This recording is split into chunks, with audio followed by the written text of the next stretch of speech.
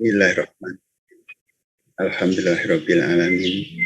Arrahmanirrahim. Maliki yaumiddin. Iyyaka na'budu wa iyyaka nasta'in. Ihdinas siratal mustaqim. Siratal ladzina an'amta 'alaihim ghairil maghdubi 'alaihim waladdallin. Amin. Asyhadu an la ilaha illallah wa asyhadu anna Muhammadar Rasulullah. Allahumma shalli ala sayyidina Muhammad wa ala ali sayyidina Muhammad. Raditu billahi rabba wa bil islami dina wa bi Muhammadin nabiyyin rasul. Rabbi zidni ilma warzuqni fahma. Amin. Amin.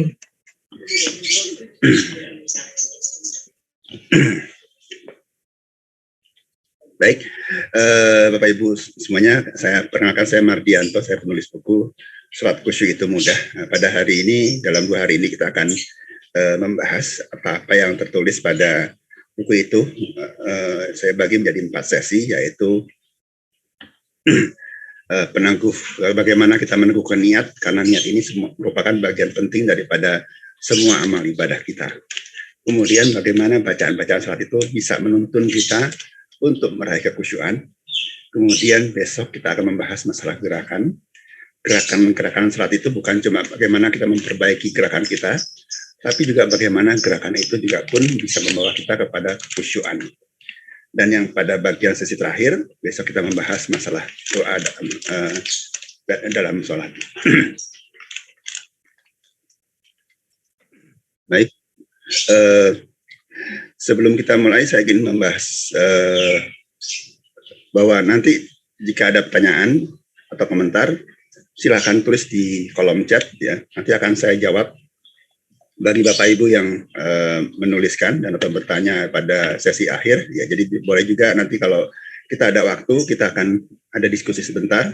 Nah, bagi 3 penanya terbaik atau 3 pemberi komentar terbaik, akan saya berikan buku Sholat Khusyuk Itu Mudah. Jadi saya akan memberikan buku ini kepada 3 orang penanya atau pemberi komentar pada hari ini. Besok akan saya tambah lagi 3 lagi. Sorry, saya agak batuk ya, jadi memang saya punya masalah dengan tenggorokan saya, jadi sering batuk, jadi mohon dimaklumi dan juga mohon tidak terganggu ya, dan menjadi hambatan bagi kita semuanya untuk belajar. Baik, kita akan mulai dengan kenapa sih sholat itu penting sekali bagi kehidupan kita, bagi hari-hari kita. Ya.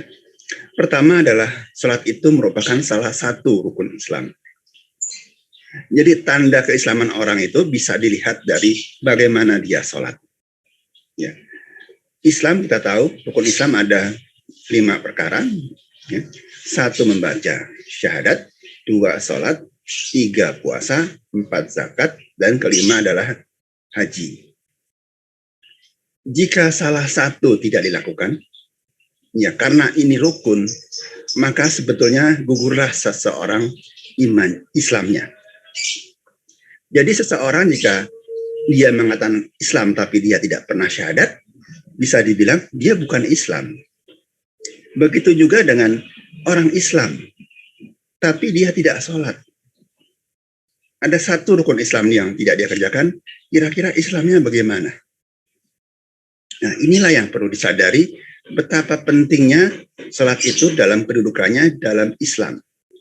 Dia merupakan salah satu rukun Islam. Jadi jika tidak dikerjakan, maka sebenarnya 1 kakinya sudah melangkah keluar dari Islam. Apalagi kalau kita ajak orang itu sholat, nggak mau juga. Itu sudah betul-betul kakinya 1 melangkah keluar dari Islam. Kemudian yang kedua adalah, ini adalah amal yang pertama kali dihisab. Ya. Jika kita nanti mati, yang dilihat itu sholatnya dulu. Kalau sholatnya baik, maka bisa dibilang sisanya akan menjadi baik. Kenapa? Salah satunya adalah sholat itu bisa mencegah perbuatan keji dan mungkar. Jadi kalau sholatnya baik, pasti orang ini baik. Karena apa? Malas dia maksiat. Males dia tercegah dia dari perbuatan jahat. Jadi orang ini akan menjadi orang yang baik jika sholatnya baik. Kemudian saking pentingnya sholat ini, maka perintahnya pun diberikan langsung oleh Allah Subhanahu wa Ta'ala, tidak lagi melalui malaikat Jibril, dan di tempat yang mulia pula, di Sidratul Muntaha. Jadi betapa pentingnya ya, perintah sholat ini sampai Allah yang memanggil Rasulnya untuk menghadap langsung. Kemudian juga sholat ini menjadi tempat perjumpaan antara seorang hamba dengan Tuhannya, kalau ia khusyuk tentunya. Nah, ini sepentingnya sholat. Tapi sering saya mendapatkan komentar dari orang, ya, ataupun keluhan dari orang-orang. Saya sholat tapi pikiran saya kok suka kemana-mana ya. Pikiran saya suka lari-lari ya. Atau, aduh kalau saya sholat subuh tuh males ya. Nah, sikap atau pernyataan seperti ini harus kita hadapi ya, kita perhatikan betul kalau itu terjadi pada diri kita. Kita merasa sholat kita ini males. Kita merasa sholat ini kita ini nggak khusyuk, pikiran suka lari kemana-mana. Kenapa? Karena itulah ciri sholat orang munafik. Ya. Sesungguhnya orang-orang munafik itu menipu Allah dan Allah akan membalas tipuan mereka. Dan apabila mereka berdiri untuk sholat, mereka berdiri dengan malas. Mereka bermaksud riya dengan sholat di hadapan manusia, dan tidaklah mereka menyebut Allah kecuali sedikit sekali. Jadi orang munafik itu kalau mau sholat, ya, mengerjakan sholat itu malas, apalagi sholat subuh, apalagi tahajud, itu malas betul, berat betul. Enakan tidur, meskipun dikatakan sholat itu lebih baik daripada tidur. Nah, kita gimana? Kalau Anda dengan azan subuh, sholat itu lebih baik daripada tidur, mana yang lebih berat buat kita? Sholat atau tidur? Nah, ini yang menjadi tanda bagi kita. Dan kita perlu berhati-hati, karena apa? Itu tanda ciri orang munafik. Apalagi kalau ditambah lagi, kalau sholat, pikiran kita kemana-mana. Jadi jangan sampai tanda-tanda sholatnya orang munafik itu muncul dalam sholat kita. Nah, ini yang harus kita waspadai. Ya. Sholat itu penting sekali ya, karena ya itu tadi, dia merupakan zikir tertinggi yang membuat orang itu puncaknya ingat Allah, bisa dibilang gitu. Puncaknya zikir, puncaknya ingat Allah, puncaknya pertemuan dengan Allah. Karena ingat Allahnya kuat, maka dia menjadi bisa mencegah perbuatan keji dan mungkar. Nah, saya ambil grafik seperti ini.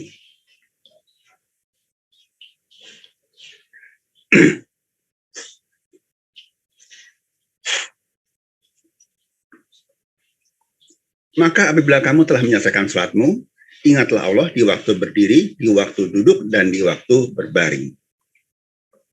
Sholat adalah zikir tertinggi, puncaknya ingat ke Allah. Katakanlah pada grafik sebelah kiri, kita malam sholat tahajud, puncaknya ingat ke Allah. Lalu dijadikan sholat subuh. Ya. Kemudian kita istirahat, zikir, ya, mungkin ada turun ingat Allahnya. Tapi mungkin jam 8, jam 7, atau kita sholat duha sebelum berangkat ke kantor, sebelum berangkat kerja. Ingat Allah lagi. Naik lagi grafik kita dalam ingat Allah. Kemudian dengan kesibukan kita menurun. Rasa ingat Allah ini menurun. Tapi belum sampai habis, naik lagi karena kita sholat duha. Nanti sibuk lagi, capek lagi, menurun lagi. Belum sampai habis, kita sholat asar, naik lagi. Semakin sore, semakin lelah, maka grafik kita pun akan turun ingat Allahnya. Tapi belum habis lagi tadi kita sudah sholat maghrib. Belum habis di sholat maghrib kita sudah sholat isya.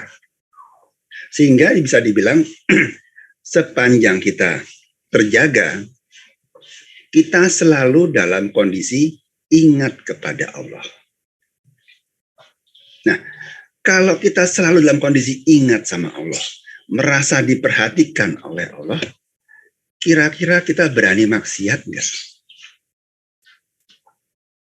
Mau bohong, aduh ada Allah. Nanti Allah marah. Ya. Mau korupsi, aduh ada Allah. Saya takut dengan azabnya. Saya takut menjadi beban di neraka nanti. Jadi ada rasa diawasi Allah, ada rasa hormat sama Allah. Ini yang membuat kita tercegah dari perbuatan keji dan mungkar. Nah, tapi bisa kita bayangkan ya, kalau dalam sholat itu kita juga tidak ingat Allah, pikiran kita kemana-mana, ingat Allahnya hanya sedikit. Jadi yang harusnya ini ada di puncak zikir kita ini, ternyata dia di bawah sini. Kira-kira sesudah sholat, ingat Allahnya ada atau tidak? Habis sudah. Di sholat saja tidak ingat Allah, apalagi di luar sholat. Karena itu banyak sekali orang-orang yang sholat, ya, di kita lah mungkin ya, banyak orang sholat, banyak orang Islam sholat, tapi kok korupsi masih merajalela. Bohong itu sudah menjadi sesuatu yang biasa. Ingkar janji, meleset janji, ya, itu sudah menjadi seperti biasa saja. Karena di sholat pun ingat Allahnya hanya sedikit. Nah, inilah yang harus kita perbaiki agar sholat kita ini semakin hari semakin baik.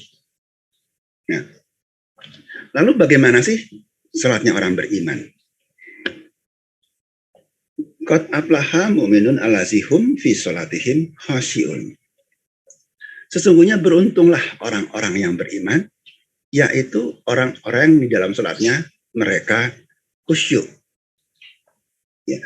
Jadi orang beriman itu kalau sholat seharusnya khusyuk.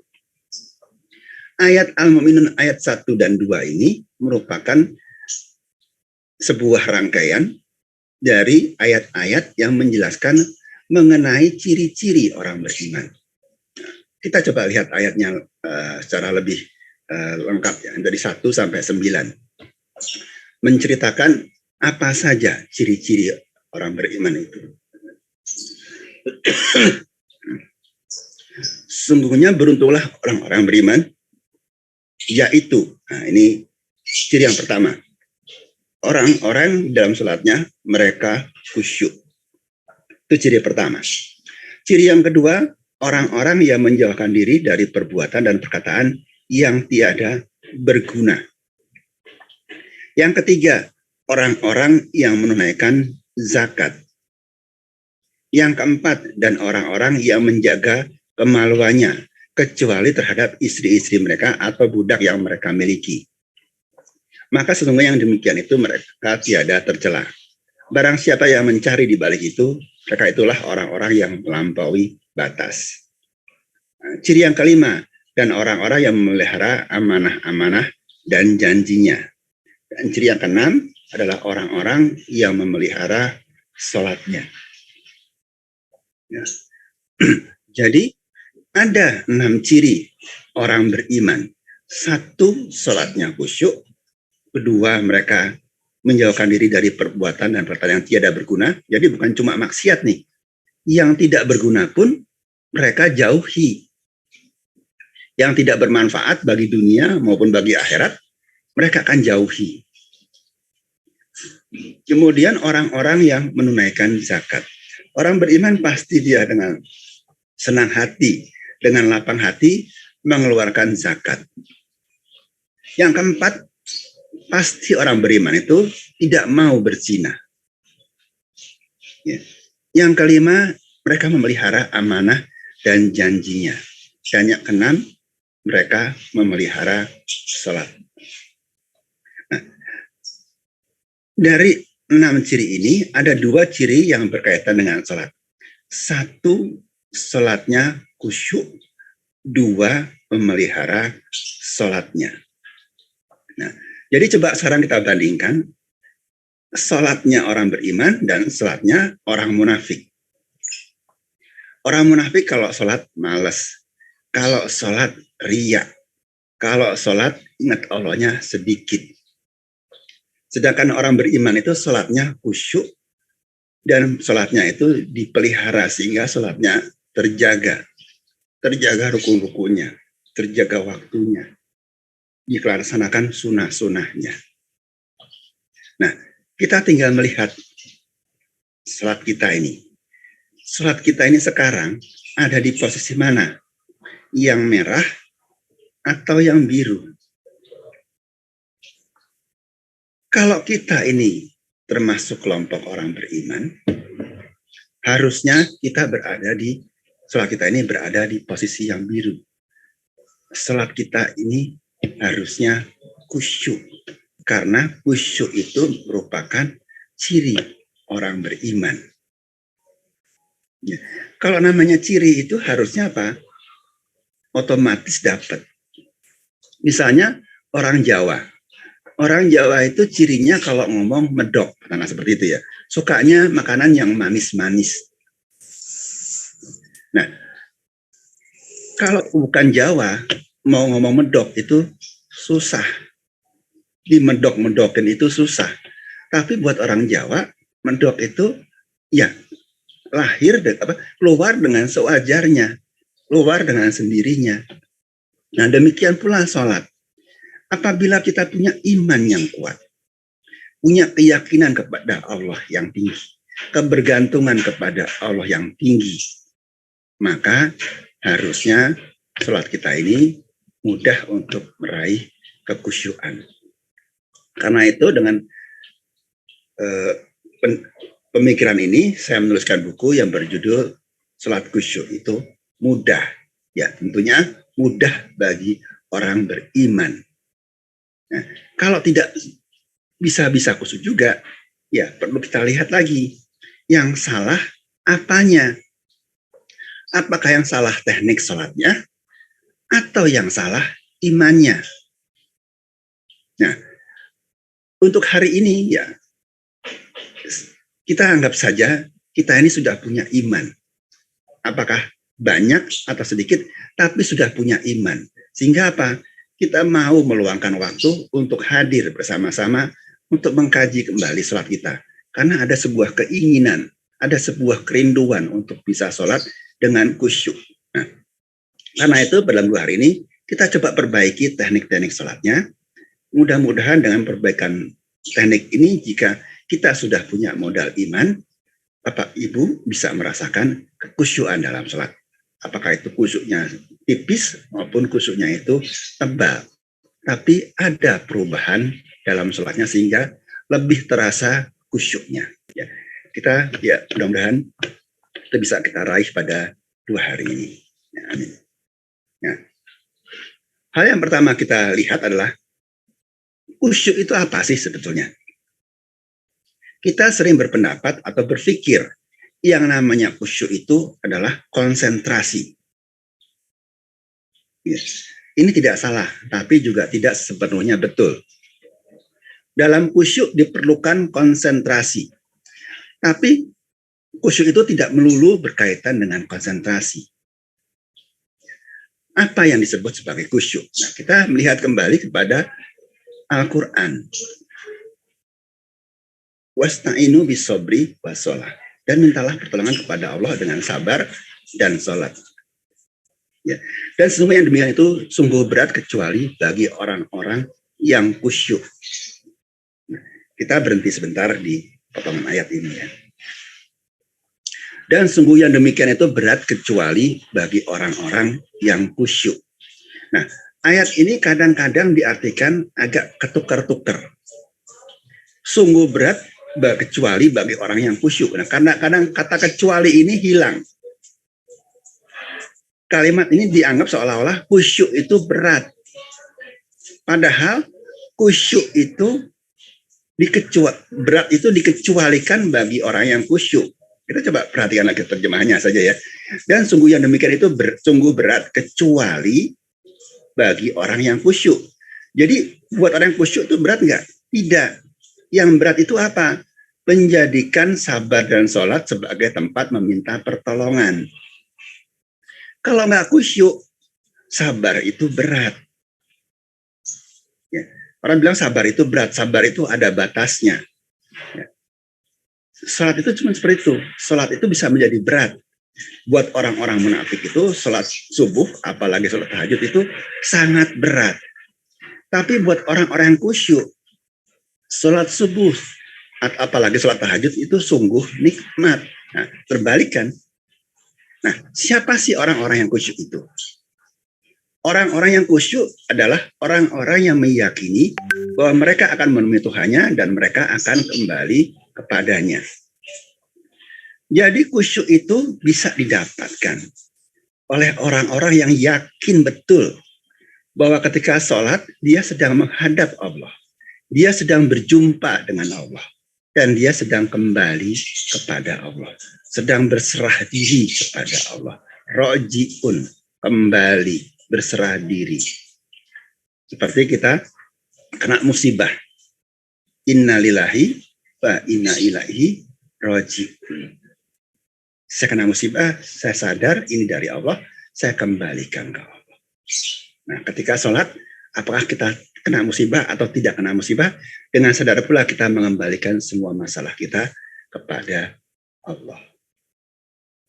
Nah, apa yang kita perlukan agar kita bisa merasa yakin bahwa ketika sholat kita sedang menghadap Allah? Yang kita perlukan adalah sedikit rasa ihsan. Ihsan itu apa? Rasulullah pernah ditanya oleh malaikat Jibril terkait arti ihsan. Rasulullah SAW menjawab, kamu menyembah kepada Allah seakan-akan kamu melihatnya.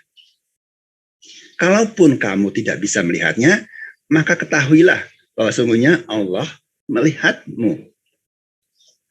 Jadi ihsan yang paling baik, yang betul-betul hebat, kuat adalah ketika kita beribadah, ya, ketika kita sholat, kita seakan-akan melihat Allah dengan mata hati kita tentunya ya, bukan dengan mata kita, tapi dengan hati kita.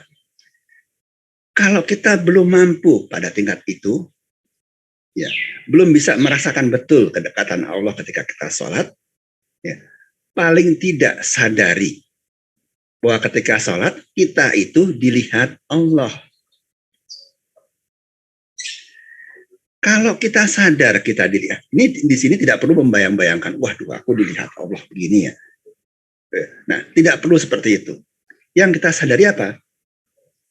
Kalau kita sadar bahwa kita ini dilihat Allah, kira-kira kita berani nggak sholat dengan sembarangan? Kita berani nggak sholat dengan buru-buru? Bacanya asal-asalan, bajunya asal-asalan, waktunya mepet-mepet, udah mau habis. Ya, semuanya serba seadanya. Kalau kita yakin bahwa ketika salat kita diawasi oleh Allah, tentunya kita punya sikap dalam salat itu. Tidak berani sembarangan. Ada rasa hormat kepada Allah. Paling tidak ada rasa takut kepada Allah. Ya. Karena memang salat itu adalah disaksikan oleh Allah. Dan bertakwalah kepada Allah yang maha perkasa, yang maha penyayang. Yang melihat engkau ketika engkau berdiri untuk sholat dan melihat perubahan gerak badanmu di antara orang-orang yang sujud.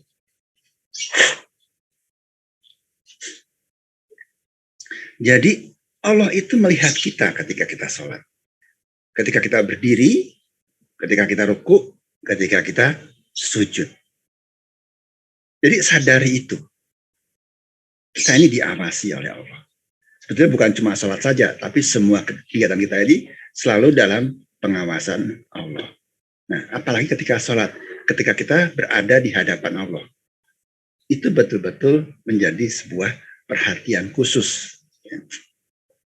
Dalam hadis dikatakan, Allah Azza wa Jalla senantiasa menghadap kepada seseorang hamba dalam sholatnya selama dia tidak menoleh. Apabila dia menoleh, maka Allah pun berpaling darinya. Ya. Jadi ketika sholat ini, kita ini adep-adepan sama Allah. Dan Allah terus menghadapkan wajahnya kepada kita selama kita ini tidak menoleh, baik fisik kita maupun hati kita. Beliau terus menghadapkan, menerima, menyambut sholat kita. Tapi begitu kita ini melengos, ya, pikiran kita lari kemana-mana, badan kita gelisah, gak serius sholatnya, maka sholat kita ini ditinggal Allah. Ya, seperti misalnya Bapak Ibu ketemu seseorang pejabat gitu ya, yang sudah diharapkan, tapi begitu ketemu pejabat itu ada telepon masuk atau WA masuk, dan Bapak Ibu sibuk dengan handphonenya. Lalu pejabat ini pergi gitu aja, ditinggal. Rasanya gimana? Gak enak. Hampa. Nah, itulah yang mungkin sering terjadi pada salat kita. Salat ini kita ini terasa hampa. Karena apa? Ditinggal sama Allah. Nah, inilah yang harus kita jaga agar salat kita ini diterima oleh Allah. Bagaimana caranya? Nah, saya akan menggunakan satu cara yang mudah saja. Sebetulnya cara-cara yang sudah kita kenal sejak kita kecil. Yaitu bagaimana kita menjalankan rukun sholat dengan sebaik-baiknya. Ya, secara sederhana, rukun sholat itu ada 9. Ya, kalau lengkapnya sih 13, ya, tapi ini saya sederhanakan saja. Ada yang sifatnya niat, ada yang kita sebut sebagai niat. Ini rukun sholat yang pertama yang kita kenal. Kemudian ada takbir, ada membaca Al-Fatihah, ada ruku, ada i'tidah, ada sujud, ada duduk di antara dua sujud, ada tahiyat akhir, dan ada terakhir ditutup dengan salam. Nah, dari rukun ini saya sederhanakan lagi. Yang pertama adalah tetap niat. Ya. Yang kedua, rukun sholat yang sifatnya bacaan. Ada membaca takbir, membaca Al-Fatihah, membaca tasyahud, bacaan tasyahud akhir, dan kemudian salam. Dan ada rukun salat yang sifatnya gerakan. Ada ruku, ada i'tidal, ada sujud, dan ada duduk di antara dua sujud. Ini adalah rukun salat yang sifatnya gerakan. Nah, ini saya bagi seperti ini agar mudah bagi kita untuk fokus apa sih yang diperbaiki dalam bacaan dan apa yang diperbaiki dalam gerakan. Sebentar, saya minum sebentar sebelum mulai.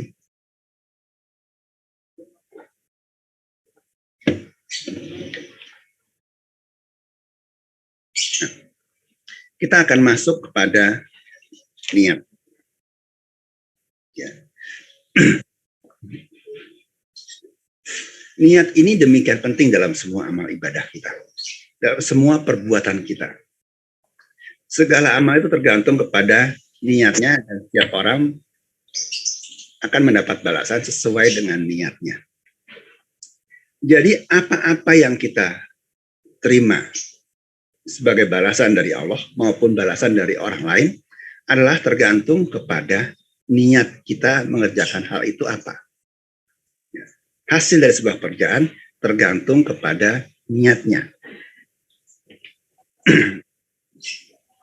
Ya, dan niat ini bukan sekedar bacaan, tapi sebenarnya ada sebuah aksi. Ya, ada sebuah aksi. Karena yang disebut niat itulah menyengaja suatu perbuatan bersamaan dengan melakukannya.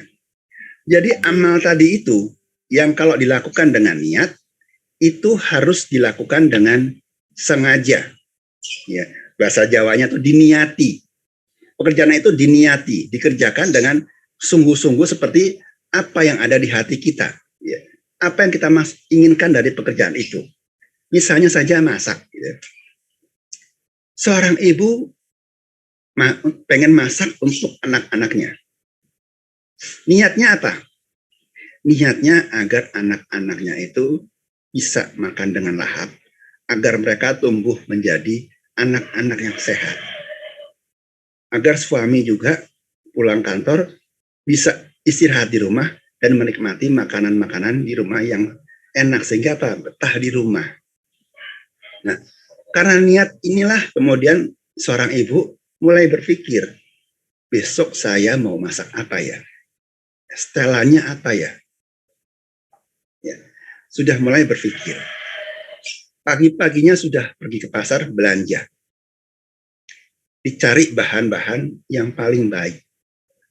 Ya, bahan-bahannya masih segar. Kemudian dimasak juga dengan penuh cinta. Ya. Nanti pada waktunya disajikan dengan indah. Sehingga anak-anak makan dengan lahap. Suami makan juga dengan lahap. Semuanya senang. Kemudian sehingga anak-anak pun tumbuh sehat. Suami pun menjadi senang dimakan di rumah. Sehingga apa? Nanti ketika anaknya dewasa, ya, ketika dia sudah berumah tangga sendiri atau sudah tinggal tidak di satu rumah, ketika pulang yang dicari makanan ibunya. Karena makanan ibunya itu berkesan di hatinya. Tapi jika itu dilakukan oleh misalnya oleh seorang asisten rumah tangga, dia masak itu yang penting sudah memenuhi kewajiban. Ya, dia pilih bahannya asal. Ya, masaknya asal, menyajikannya asal. Kadang-kadang rasanya enak, kadang-kadang tidak enak. Tapi makanannya itu tidak memberikan kesan di hati orang-orang yang memakannya. Nah, inilah perbedaan antara sesuatu pekerjaan yang dilakukan dengan niat dan yang kurang diniati. Nah, kembali kepada definisi ini. Menyengaja suatu perbuatan bersamaan dengan melakukannya. Niat itu bukan cuma sekedar bacaan, tapi sebuah proses yang disengaja. Sebuah perbuatan yang dilakukan dengan sengaja. Kalau kita sholat, artinya apa? Kita sholat dari takbir sampai dengan salam itu dilakukan dengan niat. Artinya setiap bagian tahapan sholat itu dilakukan dengan sungguh-sungguh, diseriusi. Takbirnya niat, Allahu Akbar, mengagungkan Allah. Al-Fatihah dia baca dengan tartil. Bismillahirrahmanirrahim. Alhamdulillahirabbil alamin. Ar-Rahmanirrahim. Dia mulai berkomunikasi dengan Allah. Dalam ruku, badannya tunduk, hatinya tunduk. Bibirnya memuji Allah. Subhana rabbiyal azim. Subhana rabbiyal azim. Subhana rabbiyal azim. Dan seterusnya sampai dengan salam. Jadi semua tahapan sholat ini dilakukan dengan sungguh-sungguh. Betul-betul diniatkan untuk memuji Allah, untuk menyembah Allah, untuk memohon kepada Allah. Jadi bukan cuma sekadar membaca usoli. Ya. Kalau kita perhatikan ya, usoli itu tempatnya sebelum takbir. Sementara yang disebut sholat itu adalah dimulai dari takbir sampai dengan salam.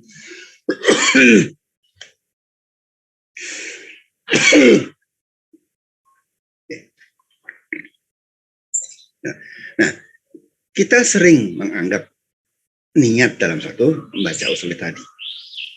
Ya. Padahal definisi niat adalah menyengaja sebuah perbuatan, bukan sekedar membaca. Membaca usul itu baik. Ya, dalam mazhab Syafi'i akan disunahkan membaca usoli. Ya, karena akan mengingatkan kita sebelum kita takbir, kita akan diingatkan. Aku mau sholat zuhur 4 rakaat sebagai makmum karena Allah Ta'ala. Saya diingatkan apa yang akan saya lakukan. Nah, setelah ingat, saya bertakbir dengan memuji Allah. Saya membaca Al-Fatihah dengan tartil. Saya tunduk dalam rukuk saya. Saya merendah dalam sujud saya. Dan seterusnya sampai salam. Inilah yang kita lakukan kalau kita niat. Semua kegiatan kita ini dilakukan dengan sungguh-sungguh. Dan inilah yang akan berpengaruh kepada kualitas atau hasil daripada apa yang kita lakukan. Ya, kita coba saja ambil contoh misalnya ya, kita berzikir. Ya, setelah sholat kita berzikir.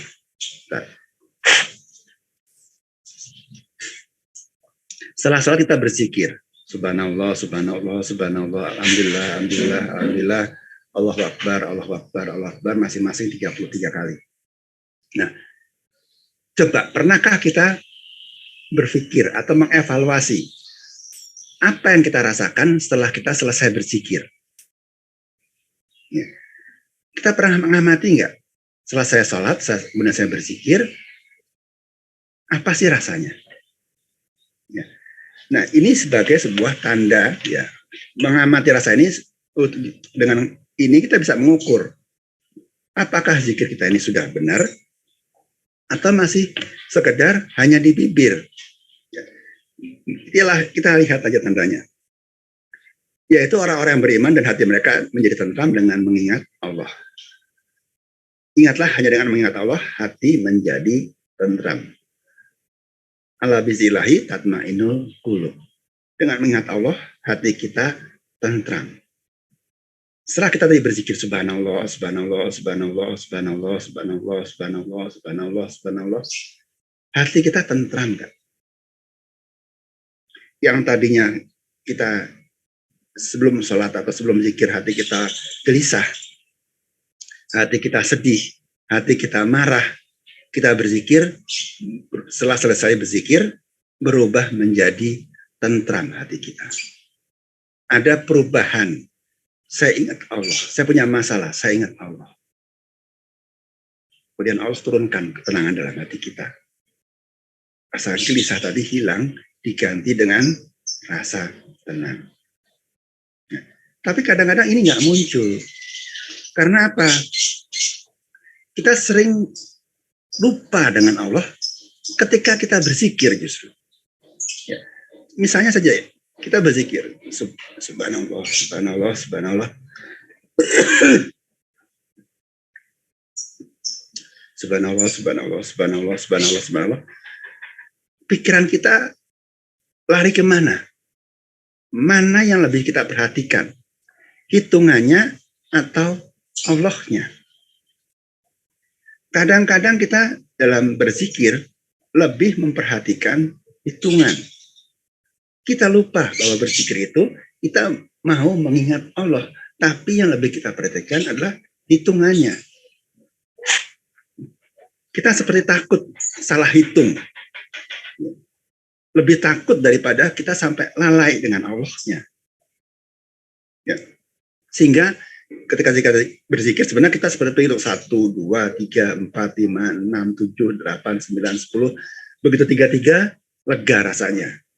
Kalau kita tasbih subhanallah, subhanallah, subhanallah, subhanallah, subhanallah. Fokus kita kemana? Kita menunggu jendolan yang besarnya di mana? Kapan sampai ke jari kita? Jadi betapa kadang-kadang kita ini meleset niat kita ini.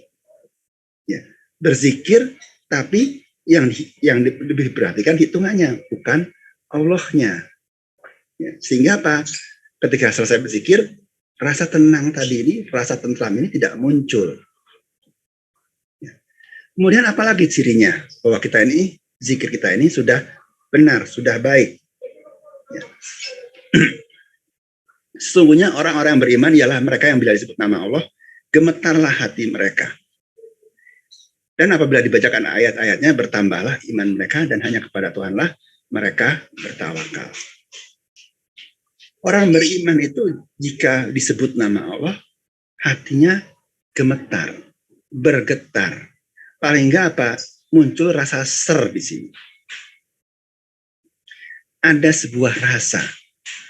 Seperti apa? Mungkin dulu waktu kita pacaran itu ya.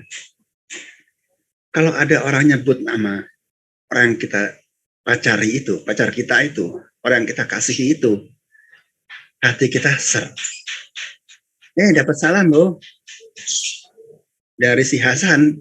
Hasan itu orang yang kita sayangi, orang yang kita taksir mungkin. Langsung di sini apa? Ser. Nah, bagaimana ketika kita menyebut nama Allah? Ada nggak rasa ser tadi?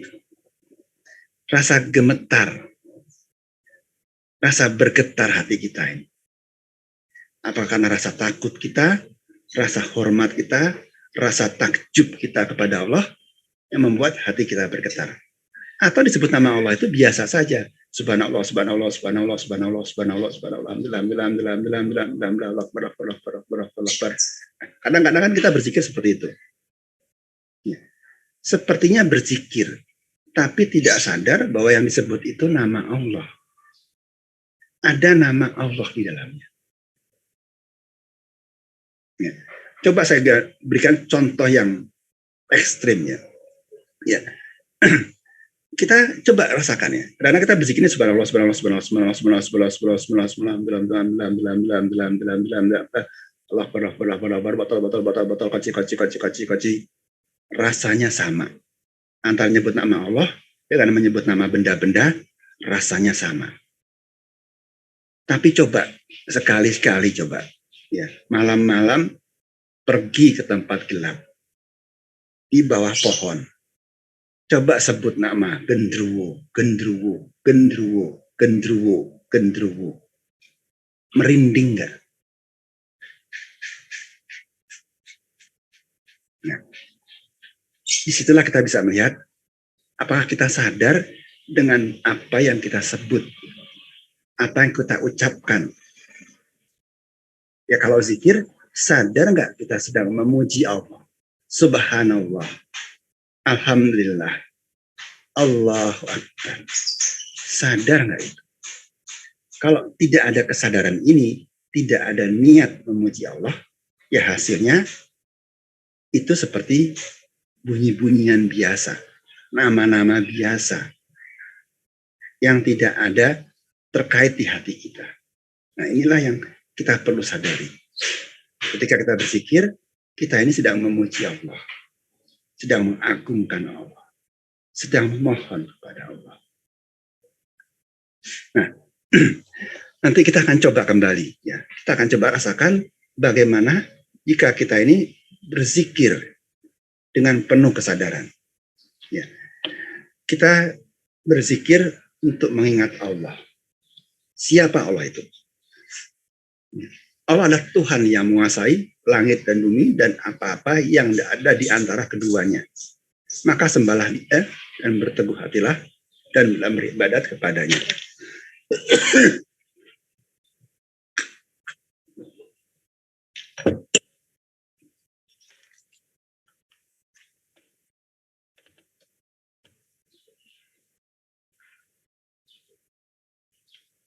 Ya. Inilah Allah Tuhan kita yang kita akan puji, yang akan kita sembah ketika kita sholat. Tuhan penguasa langit dan bumi. Nah, seberapa besarnya Allah dan seberapa kecilnya kita akan saya coba berikan ilustrasi. Kita ini kadang-kadang merasa diri kita hebat, apalagi kalau kita ini sedang dalam posisi sukses, ya, punya kuasa, punya harta. Kita kadang-kadang merasa tidak butuh Allah. Sama dengan Firaun. Ya. Firaun kaya raya, punya kuasa, ya, kuat. Ya. Dia lupa dengan Allah, bahkan merasa dirinya itu Tuhan. Tapi coba kita pergi ke tanah yang lapang. Ya. Kita bisa melihat bentang alam. Di sawah, ataupun di pantai, ataupun pegunungan. Ya. Kita bisa melihat ya, bagaimana luasnya langit. Bagaimana bumi ini terhampar. Kita akan merasa lebih kecil lagi jika langit ini dipenuhi oleh awan yang hitam yang bergolak. Yang ada petir sekali-sekali. Yang ada angin berkisar di atasnya. Dan akan lebih kecil lagi kalau bumi ini pun bergerak. Mengeluarkan gempa. Kita akan langsung merasa ciut. Terus tidak ada artinya apa-apa lagi. Nah, kita coba naikkan skalanya. Ya. Kita naik, kita lihat bumi dari ketinggian. Umpama bumi ini sebesar yang ada di gambar ini. Kita ini sebesar apa? Kita ini ada di sini. Ya, ini di Amerika ya. Di sini tuh ada orang-orang di sini. Banyak sekali. Tapi nggak kelihatan. Seperti virus atau kuman yang nempel di layar monitor Anda. Ada tapi nggak kelihatan, kecil sekali. Nah, bumi yang besar ini pun menjadi kecil dalam skala matahari. Ini adalah lengkung matahari. Bumi ini hanya titik bulatan sebesar ini. Ya. Kalau matahari ini adalah bola yang diameternya 1 meter, bumi ini hanyalah seperti kelereng yang diameternya 1 senti. Perbandingannya sangat jauh. Nah, kita di sini sebesar apa? Mungkin sudah sebesar molekul-molekul atau atom-atom. Semakin kecil lagi. Nah, matahari yang besar ini pun tidak ada artinya apa-apa dibandingkan dengan skala galaksi. Matahari ini hanya seperti debu ya, yang berputar mengelilingi inti galaksi ini. Dia hanya seperti debu di sini. Yang kira-kira tempatnya di sinilah gitu ya. Hanya sebuah debu. Bumi sudah nggak kelihatan. Sudah bisa. Manusia sudah tidak bisa disebut ada. Saking kecilnya. Nah, galaksi yang besar ini pun hanyalah seperti debu atau pasir yang berterbangan di ruangan Anda dalam skala alam semesta. Alam semesta ini kalau sebesar ruangan Anda duduk sekarang ini, maka galaksi tadi itu hanya seperti debu-debu atau pasir-pasir yang berterbangan dalam ruangan itu. Matahari, bumi, apalagi manusia, bisa dibilang sudah nggak ada. Sementara Allah itu adalah pencipta semua itu, pengatur semua itu, penguasa semua itu. Itulah Tuhan yang kita sembah. Tuhan yang kita datangi ketika salat untuk menghadap beliau. Untuk kembali kepadanya. Yang kita puji ketika kita berzikir. Ya, itulah yang Tuhan yang kita sembah. Jadi ketika kita berzikir, sadari yang kita sebut namanya itu Tuhan pencipta langit dan bumi dan penguasa. Itu semuanya. Nah, sekarang coba kita berzikir, ya, berzikir dengan penuh kesadaran bahwa kita sedang memuji Allah, sedang memuji Tuhan langit dan bumi, Tuhan pencipta langit dan bumi, penguasa langit dan bumi, yang mengatur semuanya, yang memberikan semuanya rezeki. Ya, coba kita tundukkan. Ya, dalam kajian kita ini ada latihan-latihan yang saya harapkan Bapak Ibu semuanya bisa ikut di rumah. Ya. Coba kita tundukkan hati kita. Ya. Tundukkan hati kita, kita akan berzikir kepada Allah. Kita akan memuji Allah. Ya. Kita lupakan dulu hitungan. Kita fokus untuk memuji Dia. Kita akan sebut subhanallah, sampaikan pujiannya. Alhamdulillah. Allah Akbar. Ikuti saya saja. Ya. Arahkan jiwanya ke Allah. Subhanallah. Subhanallah. Subhanallah. Subhanallah. Subhanallah. Subhanallah. Subhanallah. Subhanallah. Subhanallah. Subhanallah. Lanjutkan sendiri.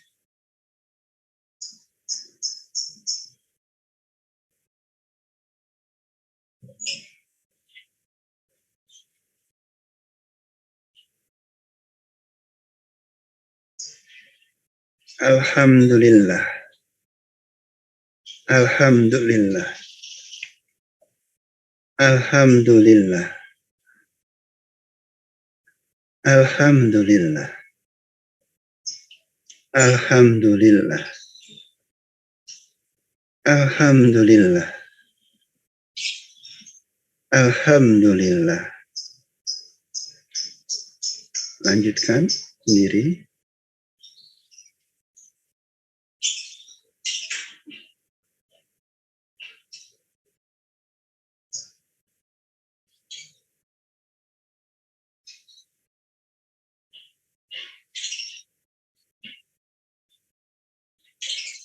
Allahu Akbar.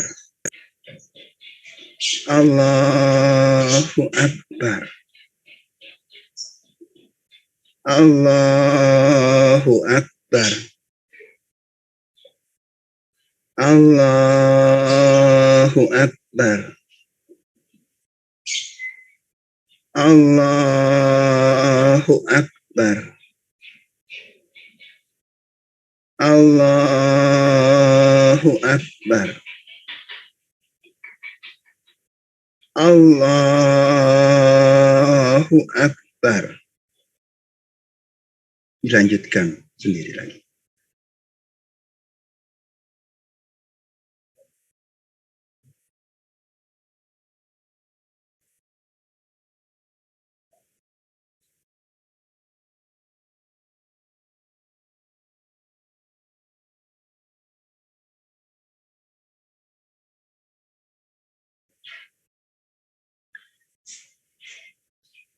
Oke, cukup.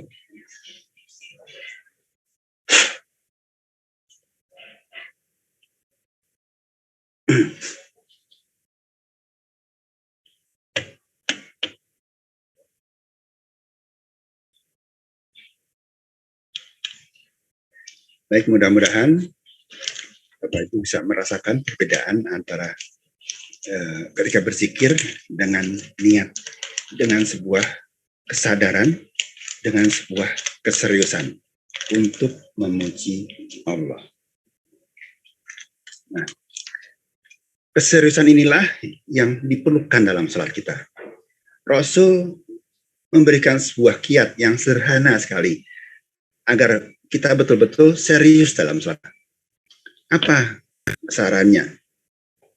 Yaitu bila kau hendak salat, salatlah layaknya orang yang akan meninggalkan dunia. Jadi seperti apa? Jadikan salat yang akan kita lakukan ini salat yang terakhir. Salat yang akan setelah ini kita apa?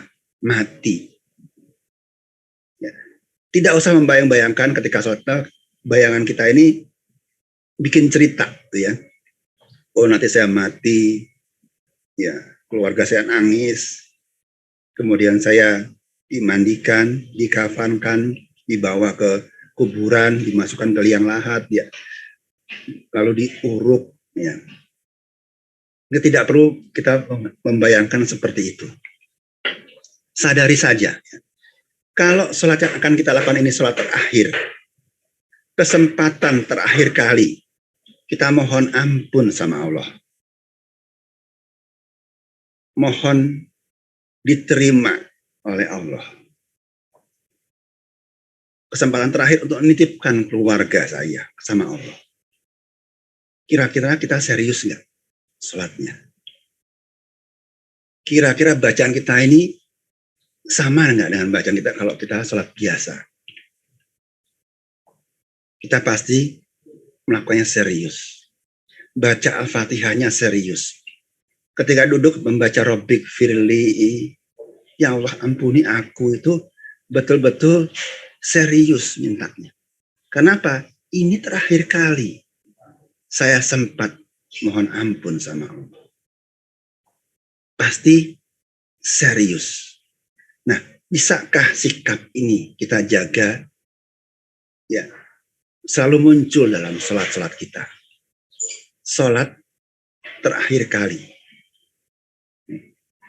Jadi ini yang kita perlukan dalam sholat kita.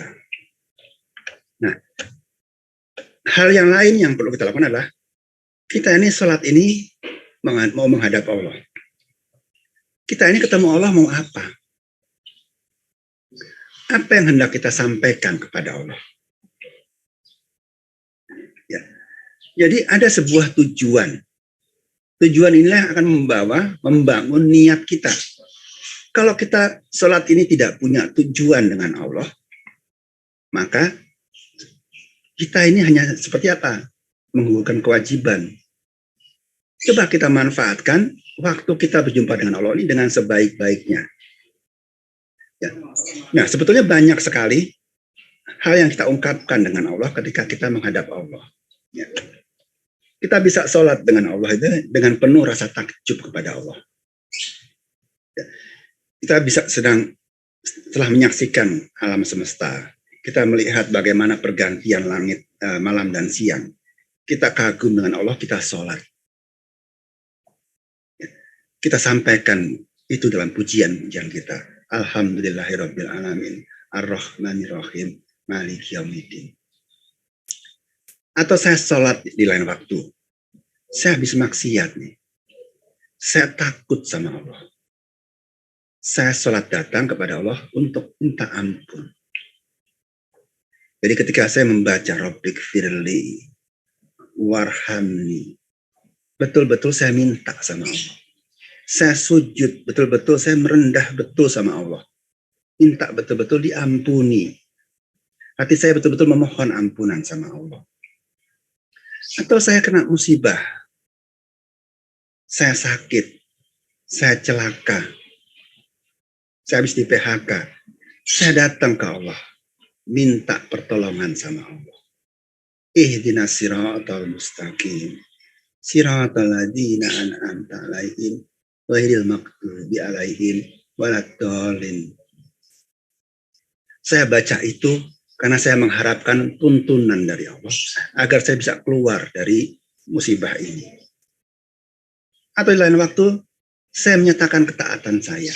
Ya, saya bersyukur sama Allah. Banyak rezeki yang sudah dikasih ke saya. Banyak masalah yang sudah diangkat oleh Allah. Diganti dengan nikmat. Saya bersyukur sama Allah. Dan saya ucapkan itu dalam Alhamdulillahirabbil alamin, ar-rahmanirrahim, maliki yaumiddin. Saya ucapkan terima kasih kepada Allah dalam bentuk bacaan sholat itu. Ya. Dan banyak lagi. Nah, tapi cara yang paling mudah biasanya adalah minta tolong sama Allah. Ya. Karena itu banyak sekali orang-orang yang kena musibah ini tiba-tiba sholatnya langsung jadi khusyuk. Karena apa? Sekarang dia butuh Allah. Dia baru sadar dia punya Allah. Hanya Allah yang bisa menolong dia. Sehingga sholatnya serius. Sholatnya beneran. Bacanya beneran. Sehingga terasa sholatnya khusyuk. Nah, inilah yang coba kita jaga. Kita jaga, kita ini selalu butuh Allah sebetulnya. Nah, jadi sholat itu sampaikanlah semua masalah kita, baik besar maupun kecil. Pagi-pagi misalnya gitu ya. Dari pagi sampai siang kita kan ada aja masalah. Di kantor ada masalah, di rumah ada masalah. Sampaikan pada waktu sholat zuhur. Nanti setelah sholat zuhur sampai asar tentu ada kegiatan kita. Mungkin ada masalah atau ada solusi. Nah, sampaikan itu kepada Allah dalam sholat asar kita. Nanti dari asar sampai maghrib ada lagi peristiwa-peristiwa yang bisa kita bawa kepada Allah. Jadi sepanjang sholat itu kita bisa terus berinteraksi dengan Allah, bisa minta tolong sama Allah, bisa ada sesuatu yang kita bawa ke Allah. Nah, sholat minta tolong ini demikian penting sampai apa? Rasul dan para ulama membuatkan sholat-sholat yang digunakan untuk minta tolong, spesial digunakan untuk minta tolong. Misalnya kita mau berangkat kantor, mau berangkat dagang, kita sholat duha agar rezeki kita mudah. Yang jauh jadi dekat, yang tersembunyi jadi tampak, ya. Yang ada di bumi dikeluarkan, yang di langit diturunkan. Jadi seperti menjadi semua dimudahkan. Kemudian kalau kita salah, banyak dosa, kita sholat tobat untuk minta ampun sama Allah, untuk dibimbing sama Allah agar kita ini tidak lagi berbuat maksiat.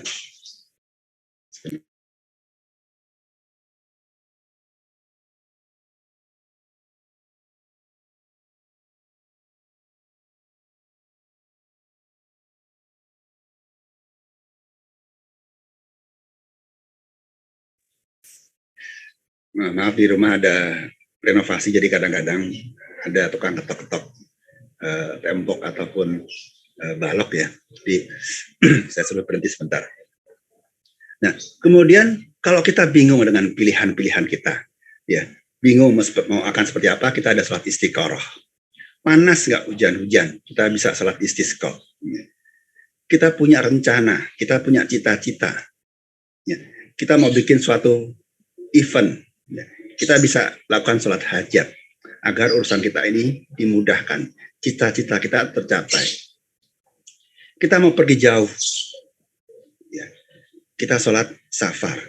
Jadi banyak sholat-sholat itu memang didesain apa? Untuk kita datang menghadap Allah, minta tolong kepada Allah. Nah, inilah yang perlu bisa kita lakukan. Ya, kita juga bisa menggunakan ini sebagai latihan ya, untuk mencoba. Ya, sholat-sholat ini bisa menjadi apa? Bisa membuat kita lebih khusyuk. Ya, coba datang sholat duha, betul-betul minta rizki sama Allah.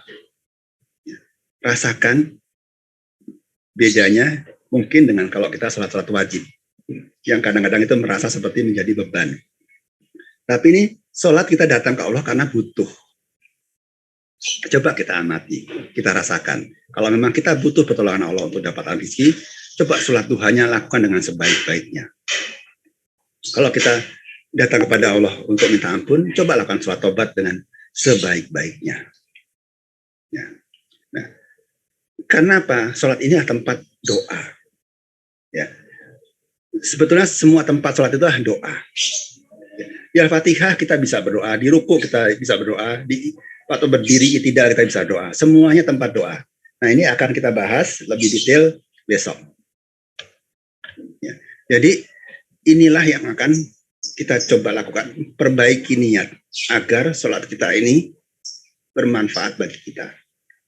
Nah, kalau sholat ini bisa kita gunakan menjadi tempat penolong, ya, menjadi tempat kita minta tuntunan sama Allah, tentunya apa yang disampaikan, yang kita dengar setiap hari dalam azan, itu bisa kita raih. Hayya 'alas shalah, hayya 'alal falah. Orang sholat itu seharusnya apa? Dia hidup dengan sukses. Dia hidup bahagia. Ya, inilah yang harus kita dapatkan kalau sholat kita baik. Ya. Mungkin tidak kaya, tapi dia bahagia. Dia sukses pada bidangnya. Jadi jangan gunakan kekayaan sebagai ukuran, tapi bagaimana kebahagiaannya, bagaimana dia bisa merasa cukup dengan hidupnya. Ya. Inilah yang bisa kita raih. Ya. Harus kita raih kalau sholat kita ini benar. Ini akan menjadi ukuran kita. Ya. Jadi kalau ada orang sholat tapi terus berkeluh kesah, berarti apa? Sholatnya gagal. Ya. Sholatnya gagal. Orang sholat harus hidupnya sukses. Gitu. Ya, jadi itu yang kita bahas tentang niat. Nah, kita akan masuk pada bagian yang kedua. Sebelum masuk, saya lihat ada beberapa chat masuk ya dari Pak Sutirjo.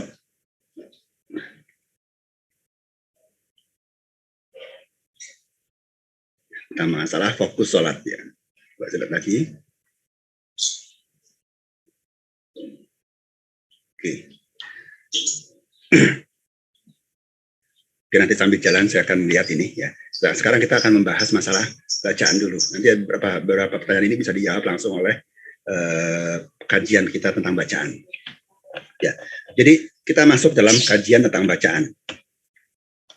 Nah, bacaan ini ada sifat takbir, membaca Al-Fatihah, tahiyat akhir, dan salam. Ya, ini yang wajib harus dibaca. Dalam ruku, i'tidal, sujud, dan duduk pun ada bacaan. Tapi dalam mazhab Syafi'i, ini sifatnya sunnah.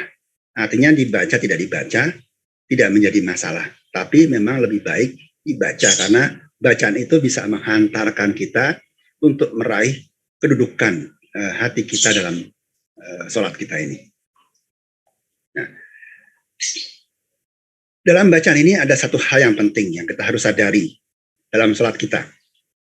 Ya, bahwa sholat itulah tempat berdialog kita dengan Allah. Rasul dalam satu hadis mengatakan, Wahai fulan, tidakkah kamu takut kepada Allah? Apakah kamu tidak melihat bagaimana kamu sholat? Sesungguhnya seorang di antara kalian apabila berdiri untuk sholat, maka sesungguhnya dia berdialog dengan pemeliharanya. Maka hendaklah dia memperhatikan bagaimana dia berdialog. Jadi sholat itulah tempat kita berdialog dengan Allah. Tempat kita menyampaikan pujian kita. Tempat kita menyampaikan doa kita. Ya. Ada dialog di situ. Nah, bagaimana kita berdialog di sini? Karena itu, perhatikanlah bagaimana kita berdialog. Ya. Bagaimana kita menyampaikan bacaan-bacaan sholat itu.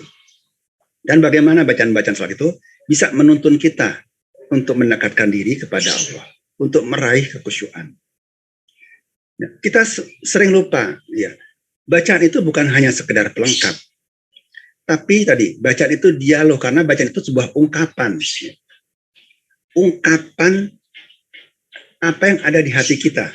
Bacaan itu tidak seperti mantra, simsalabim, abrakadabra, ya, tapi dia adalah ungkapan hati kita,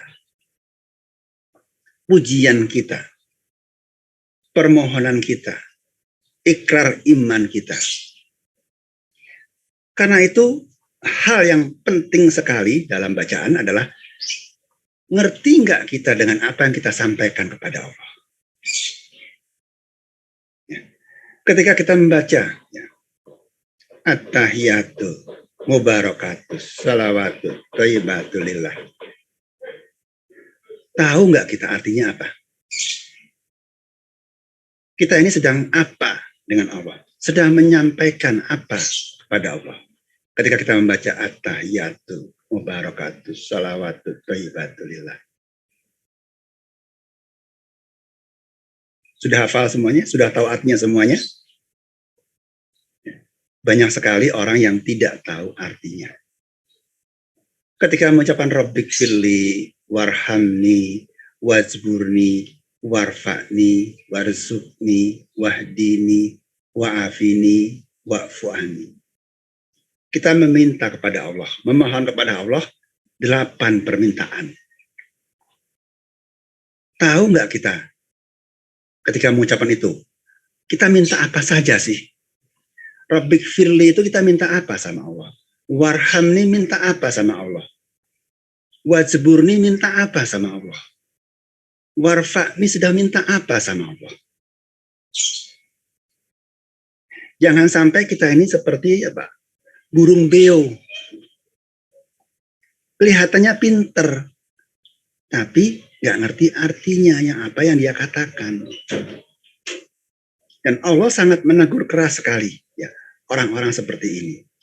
Ya.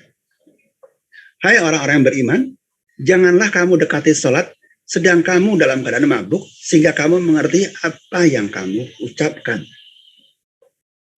Jadi ada sebuah larangan.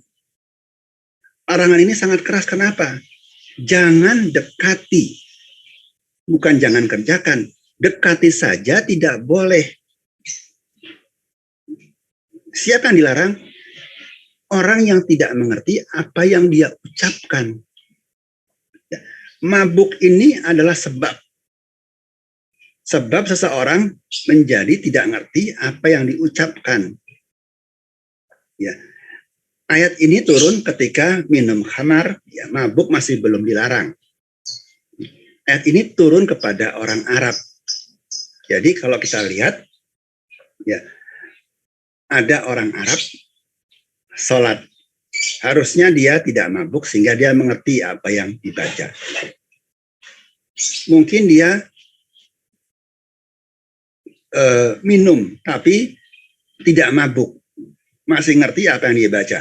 Di sini juga masih boleh sholat. Begitu dia mabuk berat, dia ngomong tapi nggak ngerti, nah ini dilarang untuk mendekati sholat. Nah, inilah yang dilarang. Nah, ini untuk orang Arab. Nah, orang Indonesia tidak mabuk pun bisa tidak ngerti arti bacaan sholat. Dan ini banyak sekali. Ya. Sehingga kadang-kadang aneh gitu ya. Aneh kok orang sholat sudah puluhan tahun, kok nggak ngerti-ngerti juga artinya. Ya, nggak ngerti arti bacaannya. Tapi kalau ditanya, good morning tahu artinya nggak? Ngerti. How are you ngerti nggak artinya? Ngerti. I love you ngerti nggak artinya? Ngerti. Padahal kalimat itu jarang diucapkan. Tapi ngerti. Dan ngertinya ini tanpa proses berpikir. Artinya apa? Tidak perlu menerjemahkan good morning, oh selamat. Good itu bagus, morning itu pagi. Tapi begitu good morning tahu, selamat pagi sudah artinya. How are you? Langsung tahu.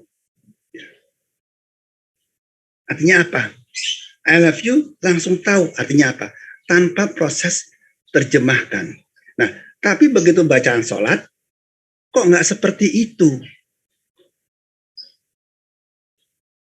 Begitu bacaan sholat, nggak ngerti artinya. Dan banyak sekali itu. Padahal bacaan itu kita baca berulang-ulang setiap hari. Dan bacaan sholat itu jumlahnya tidak banyak. Ya. Coba kita lihat doa kita. Ya. Allahu Akbar kabira walhamdulillah kasira. Wa subhanallahi mutawasila. Inni wajjahtu wajhiya lillazi fatara samawati wal ardi.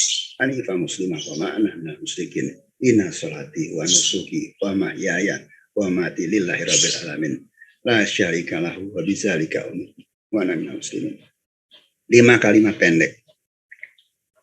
Dibaca subuh sekali, zuhur sekali, asar sekali, maghrib sekali, isya sekali.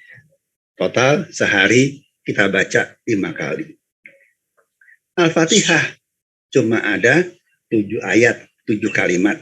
Kita baca sehari 17 kali. Rukuk subhana rabbiyal azim atau subhana rabbiyal azim wa bihamdi. 1 kalimat. Setiap rakaat kita baca 3 kali.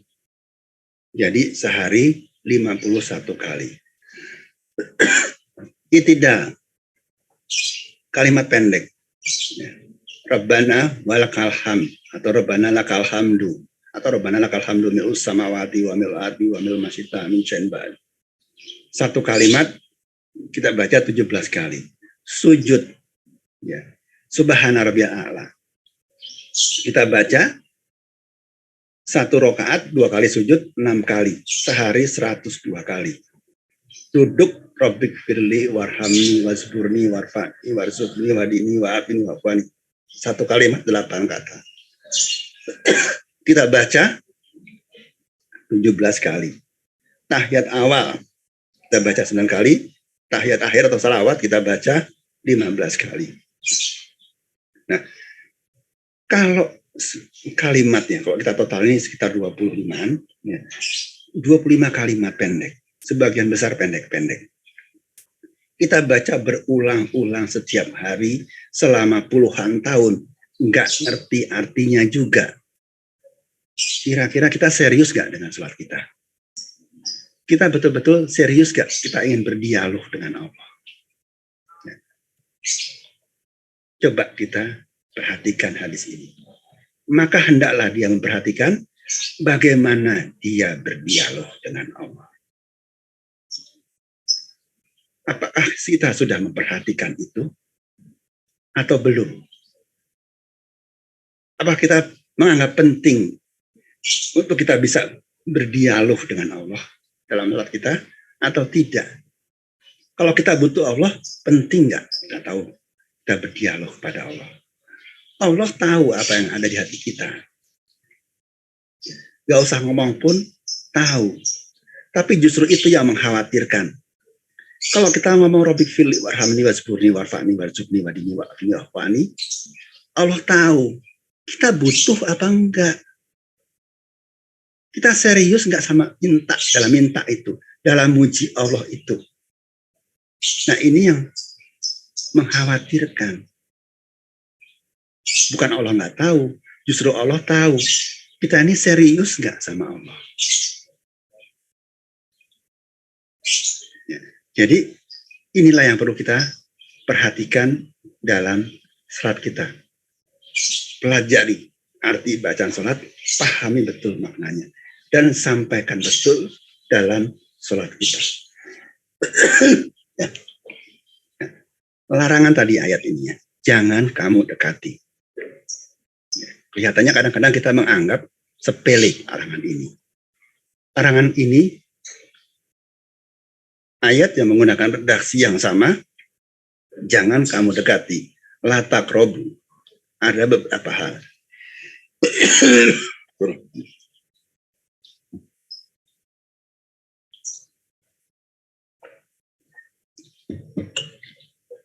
Ya. Kita ambil contoh ya. Jangan kamu dekati zina.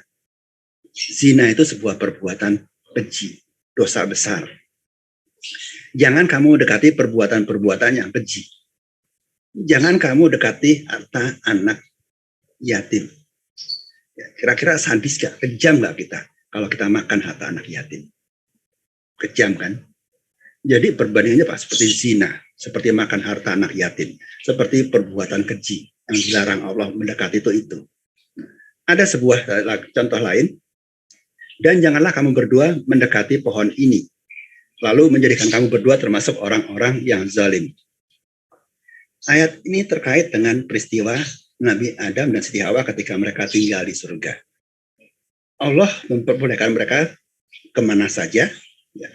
Hanya Allah berikan satu batasan, satu larangan, jangan kamu berdua mendekati pohon ini yang kita kenal seperti pohon kuldi ya.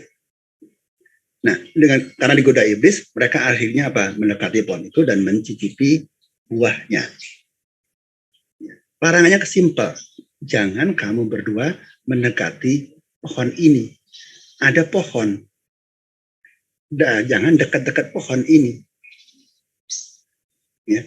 Kalau dilihat apa sih masalahnya kalau saya dekati pohon itu?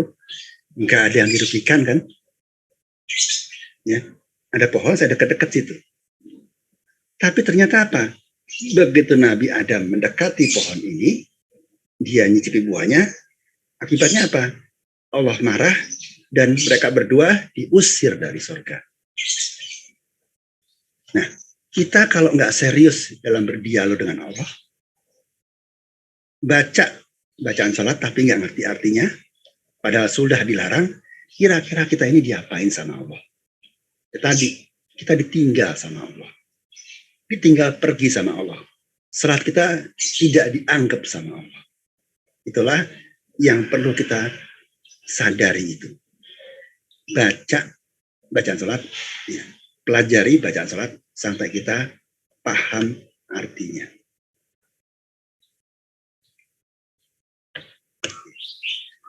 Nah, mengerti saja tidak cukup sebetulnya. Yang perlu kita lakukan adalah sadar. Sadar apa yang kita ucapkan. Ya, tadi seperti kita berzikir ya. Berzikir kita tahu artinya. Subhanallah, Maha Suci Allah. Alhamdulillah, segala puji bagi Allah. Allah Akbar, pasti kita tahu artinya. Ya. Tapi tidak tadi sudah lakukan ya. Kalau kita bacanya sadar dengan tidak sadar, itu bisa ada perbedaan. Kita tahu artinya, tapi kalau kita sadar, ya, jadi arti saja belum cukup. Arti itu baru tahap awal. Yang kita perlukan lebih dari itu. Apa? Sadar. Sadar dalam mengucapkannya. Sadar kepada siapa bacaan itu disampaikan. Ucapan itu disampaikan. Sadar tujuannya apa? Tujuannya apa? Kita memuji Allah. Kita memuji Allah. Allahu Akbar, kita puji Allah. Alhamdulillahirabbil alamin, arrahmanirrahim, maliki yaumiddin. Itu kita memuji Allah. Kita berdoa sama Allah. Rabbighfirli warhamni wasburni warfa'ni warzuqni. Kita berdoa. Atau ihdinas siratal mustaqim, siratal ladzina an'amta 'alaihim ghairil maghdubi 'alaihim waladdallin. Atau kita menyatakan iman kita, mengikrarkan lagi ketauhidan kita. Inna sholati wa nusuki wa mahyaya wa mahmati lillahi rabbil alamin. Iyyaka na'budu wa iyyaka nasta'in. Hanya kepada Engkau kami menyembah. Hanya kepada Engkau kami mohon pertolongan. Atau asyhadu an la ilaha illallah wa asyhadu anna Muhammad Rasulullah. Nah, ucapan ini sadar nggak kita lakukan? Ya. Jadi ini penting sekali bacaan ini karena apa? Ini akan menuntun kita untuk meraih kekhusyuan, untuk mengarahkan jiwa kita. Ya. Jadi meskipun bacaan sama, tapi bisa berbeda-beda kualitasnya. Ya. Misalnya saja, ya saya ambil contoh Allahu Akbar. Kita semua tahu artinya Allah Maha Besar dan kita juga tahu ya. Kita tahu itu tanpa perlu kita terjemahkan. Begitu Allahu Akbar, kita tahu artinya tanpa kita terjemahkan. Nah, ini bisa nggak kita lakukan pada bacaan-bacaan yang lainnya? Kita ngerti artinya tanpa perlu proses penerjemahan. Ya mungkin awalnya perlu proses penerjemahan. Tapi jika sehari diulang berkali-kali, ya mungkin dalam seminggu, 2 minggu, kita bisa tahu arti bacaan sholat seperti kita tahu, paham Allahu Akbar. Paham artinya tanpa proses penerjemahan. Nah, kalimat Allahu Akbar yang kita sudah tahu artinya ini bisa berbeda-beda suasananya. Bisa berbeda-beda cara kita menyampaikannya. Ya. Kita misalnya ambil contoh. Kita mengucapkan Allahu Akbar itu untuk memuji Allah. Apabila kamu telah menyelesaikan ibadah hajimu, maka berzikirlah dengan menyebut Allah sebagaimana kamu menyebut-nyebut pembangga-banggakan bapak moyangmu atau bahkan berzikirlah lebih dari itu. Jadi kita bisa mengucapkan takbir untuk memuji Allah.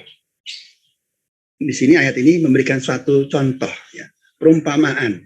Seperti kita bangga dengan bapak moyang kita, dengan bapak kita. Bapakku ini jenderal, bapakku ini kaya, kakekku ini tuan tanah tempatnya zaman dulu.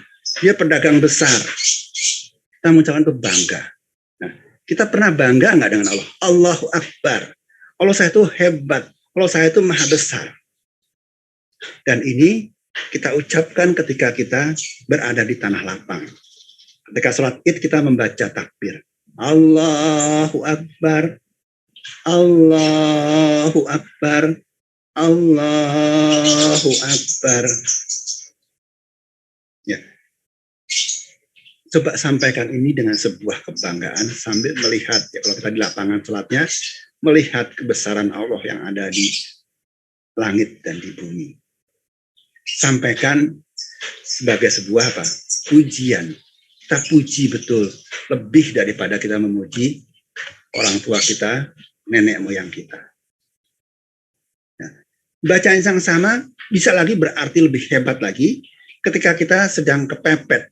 Ya. Contohnya dalam satu ayat ini, dan apabila mereka dilamun ombak yang besar seperti gunung, mereka menyembah Allah dengan memberikan ketaatan kepadanya. Ya. Saya coba berikan ilustrasi di sini. Ya. Kalau kita ini ada dalam suasana seperti ini, naik kapal, ya, digulung ombak besar. Kira-kira kita menyebut nama Allah seperti apa sih? Apa kita menyebut subhanallah, subhanallah, barok. Enggak pasti kan? Kita akan menyebut nama Allah itu seperti kita mau lari kepada Allah. Seperti kita mau bergantung kepada Allah. Allahu Akbar, Allahu Akbar, Allahu Akbar. Kita ingin seperti lari ke Allah. Ya, betul-betul bergantung penuh sama Allah. Sehingga kita lupa dengan yang lainnya. Nah, inilah ya sebuah kalimat, ya, sebuah bacaan bisa berbeda-beda dengan tergantung pada bagaimana kita, suasana hati kita, bagaimana suasana iman kita, bagaimana keadaan kita ini. Nah, inilah yang kita bawa kepada Allah. Ya, kita bawa tadi, kita ungkapkan bacanya sama sebagai sebuah pujian, sebagai sebuah mohon ampun, sebagai tempat pertolongan, sebagai tanda bersyukur. Ya. Jadi katakanlah kita membaca Alhamdulillahirabbil alamin Ar-Rahmanir-Rahim. Kita ini bisa mengucapkan sebagai pujian. Tapi di saat yang lain kita bisa menggunakan bacaan ini sebagai sebuah ungkapan syukur kita. Alhamdulillahirabbil alamin. Terima kasih ya. Bahasa hati kita ini, terima kasih ya Allah, sudah aku dikasih rezeki yang banyak. Ar-Rahmanir-Rahim. Ya. Jadi ada sebuah perbedaan ungkapan, ya, meskipun bacanya sama, tergantung pada suasana hati kita. Bacanya sama, tapi bisa kita gunakan sebagai tempat mengungkapkan apa yang di hati kita. Tadi seperti tadi, Allahu Akbar bisa sebagai pujian, tapi sebagai sebuah loncatan, kita pengen lari ke Allah. Allahu Akbar juga bisa kita tunjukkan sebagai sebuah tanda ketaatan kita kepada Allah, ketundukan kita kepada Allah. Saya berserah diri sama Allah. Jadi macam-macam. Bacanya boleh sama, tapi menjadi sebuah ungkapan hati yang berbeda. Nah, Rasul menggunakan ungkapan bacaan sebagai ungkapan hatinya juga. Ya. Nah, Rasul bisa menggunakan ungkapan dengan bacaan-bacaan yang berbeda. Ya. Misalnya bacaan ruku ya. Rasul sebenarnya punya banyak variasi bacaan ruku. Kadang beliau hanya membaca Subhana Rabbiyal Azim. Di lain waktu beliau membaca Subhana Rabbiyal Azim wa bihamdi. Di lain waktu beliau membaca Subuhun Kudusun Rabbul Malaikatu Waruh. Di saat yang lain beliau membaca Subhanaka Allahumma Rabbana wa bihamdika Allahumma firli.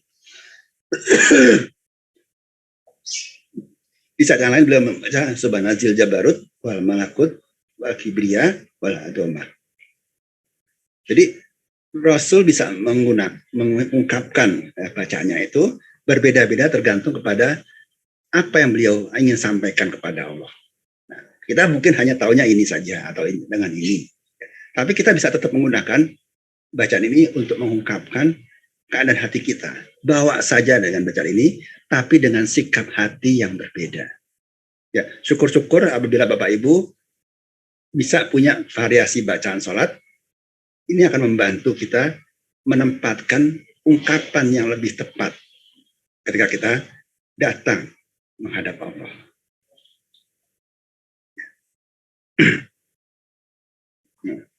Jadi ini yang perlu kita perhatikan, pahami bacaan. Nah, tahap berikutnya yang perlu kita sadari juga adalah apa? Bacaan itu, dialog dengan Allah itu, yang namanya dialog ya, bukan satu sisi, bukan satu pihak saja, tapi timbal balik. Ya. Karena itu ingatlah kamu kepadaku, niscaya aku ingat pula kepadamu. Dan bersyukurlah kepadaku, dan ingatlah kamu, janganlah kamu mengingkari nikmatku. Jadi kalau kita ingat Allah, Allah akan ingat kita. Faskuruni askurkum. Aku ingat Allah, Allah akan balas ingatnya kepada kita. Jadi ada timbal balik ini. Nah ini yang perlu disadari. Ada balasan dari Allah dalam setiap bacaan salat kita. Ya. Yang paling jelas, paling tidak ya, dalam membaca surat Al-Fatihah. Ya. Dulu gambarannya. Aku membagi sholat antara aku dan hambaku menjadi dua bagian, dan bagi hambaku apa-apa yang dia minta. Maka apabila dia mengucapkan Alhamdulillahirabbil alamin, Allah Ta'ala berfirman, hambaku telah memujiku. Dan apabila dia mengucapkan Ar-Rahmanir-Rahim, Allah Ta'ala berfirman, hambaku telah menyanjungku. Dan apabila dia mengucapkan Maliki Yaumiddin, ia berfirman, hambaku telah memuliakanku. Dan ia berfirman di lain kali, hambaku telah mengagungkanku. Maka apabila dia mengucapkan Iyyaka na'budu wa iyyaka nasta'in, ia berfirman, ini adalah antara aku dan antara hambaku, dan bagi hambaku apa-apa yang dia minta. Maka apabila dia mengucapkan ihdinas siratal mustaqim, siratal ladzina an'amta 'alaihim ghairil maghdubi 'alaihim waladdallin, dia berfirman, ini adalah untuk hambaku dan bagi hambaku apa yang dia minta. Ya. Jadi sepanjang kita membaca Al-Fatihah, sebenarnya kita sudah membuka dialog dengan Allah. Kita memuji Allah, alhamdulillahirabbil alamin. Allah akan membalas, hamidani abdi. Hambaku memujiku. Kita memuji lagi Allah, ar-Rahmanir-Rahim. Allah akan membalas, asna alaya abdi. Jadi sepanjang bacaan Al-Fatihah ini, ada dialog kita dengan Allah. Ini bacaan kita, ayat per ayat. Dan Allah akan membalas juga ayat per ayatnya.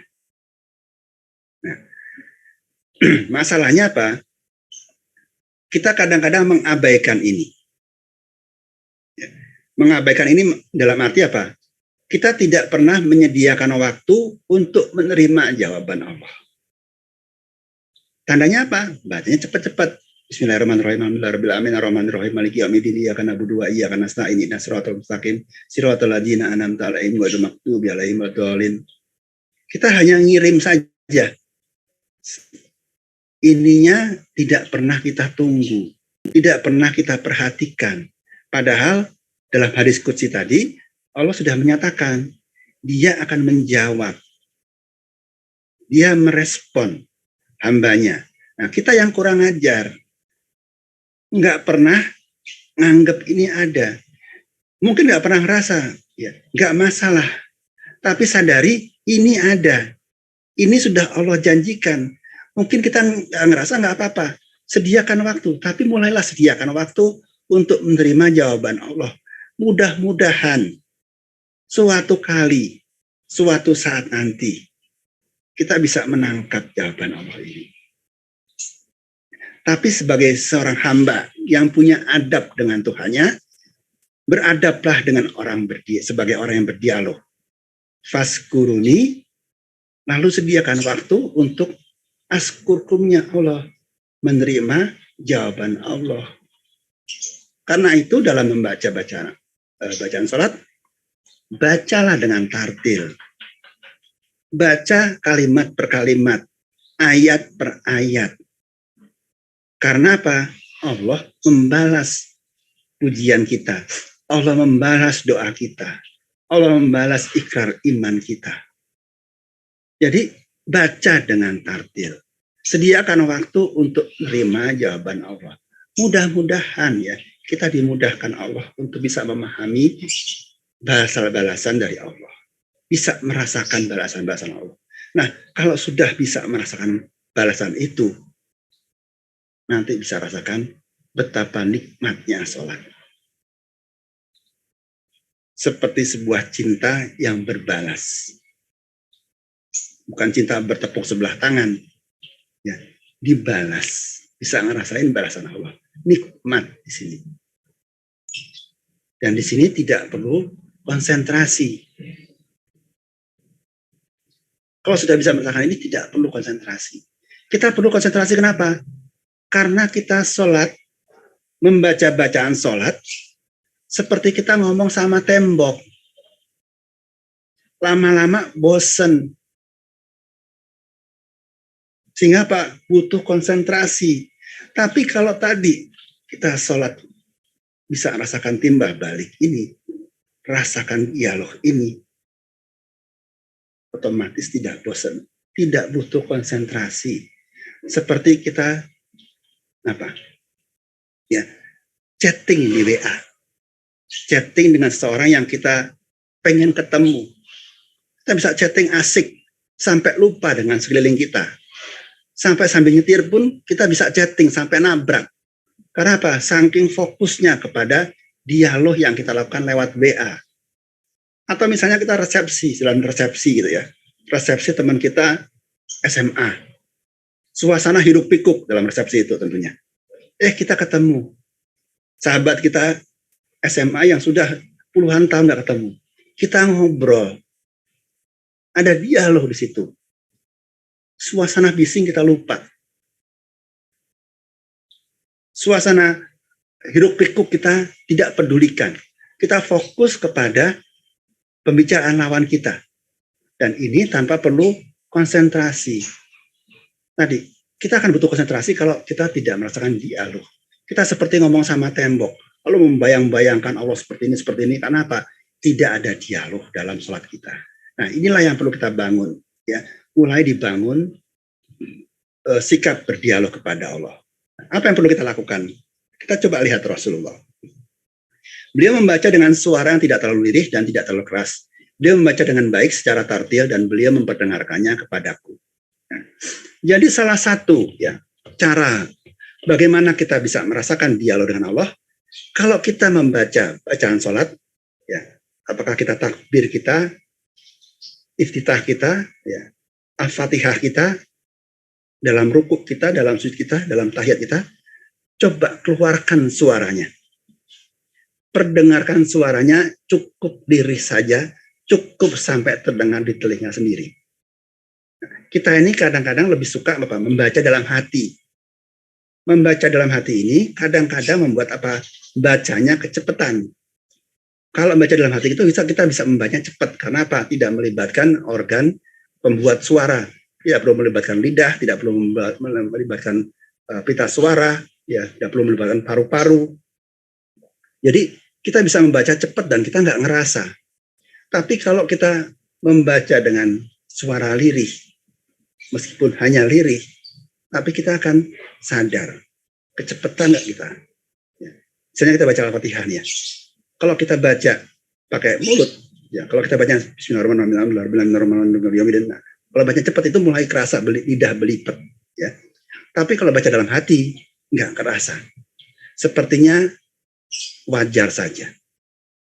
Dan kalau kita bacakannya dengan lirih tadi, kita seperti berbisik dengan Allah. Kesan dialognya akan lebih terasa. Nah, inilah yang diperlukan dalam kita membangun dialog dengan Allah. Rasul, kita contoh Rasul, selalu memperdengarkan suaranya, sehingga para sahabat tahu ketika Rasul membaca surat apa, sahabat tahu. Ketika rukuk baca apa, sahabat tahu. Ketika berdiri tidak membaca apa, sahabat tahu. Karena apa? Rasul memperdengarkan suaranya. Dan kemudian beliau memutus-mutus bacaannya ayat demi ayat. Bismillahirrahmanirrahim, berhenti sejenak. Alhamdulillahirrahmanirrahim, berhenti sejenak. Ar-Rahmanirrahim, berhenti sejenak. Maliki yaumiddin, berhenti sejenak. Jadi setiap ayat beliau berhenti. Ya, tadi hubungannya dengan ayat ini, hadis ini. Ya, kalau kita mengucapkan Alhamdulillahirrahmanirrahim, Allah akan membalas hamidani abdi.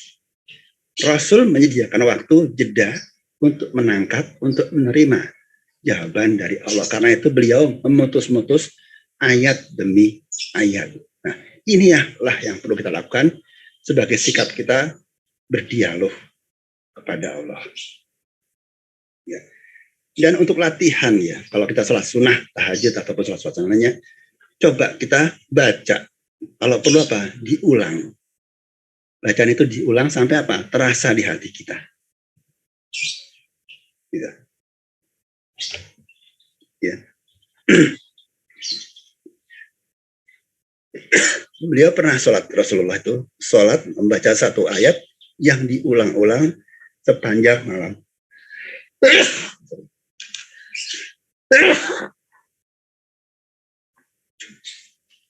Maaf. Ya, jadi inilah yang perlu kita lakukan, perbaiki bacaan, pahami artinya, dan bersikaplah berdialog kepada Allah. Ya.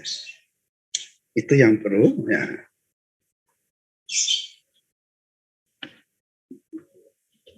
Dalam kajian kita, ya, dalam dua hal itulah yang kita perlu lakukan dalam sholat kita. Demikian kajian kita pada hari ini. Saya lihat ada beberapa pertanyaan. Saya akan coba jawab ya.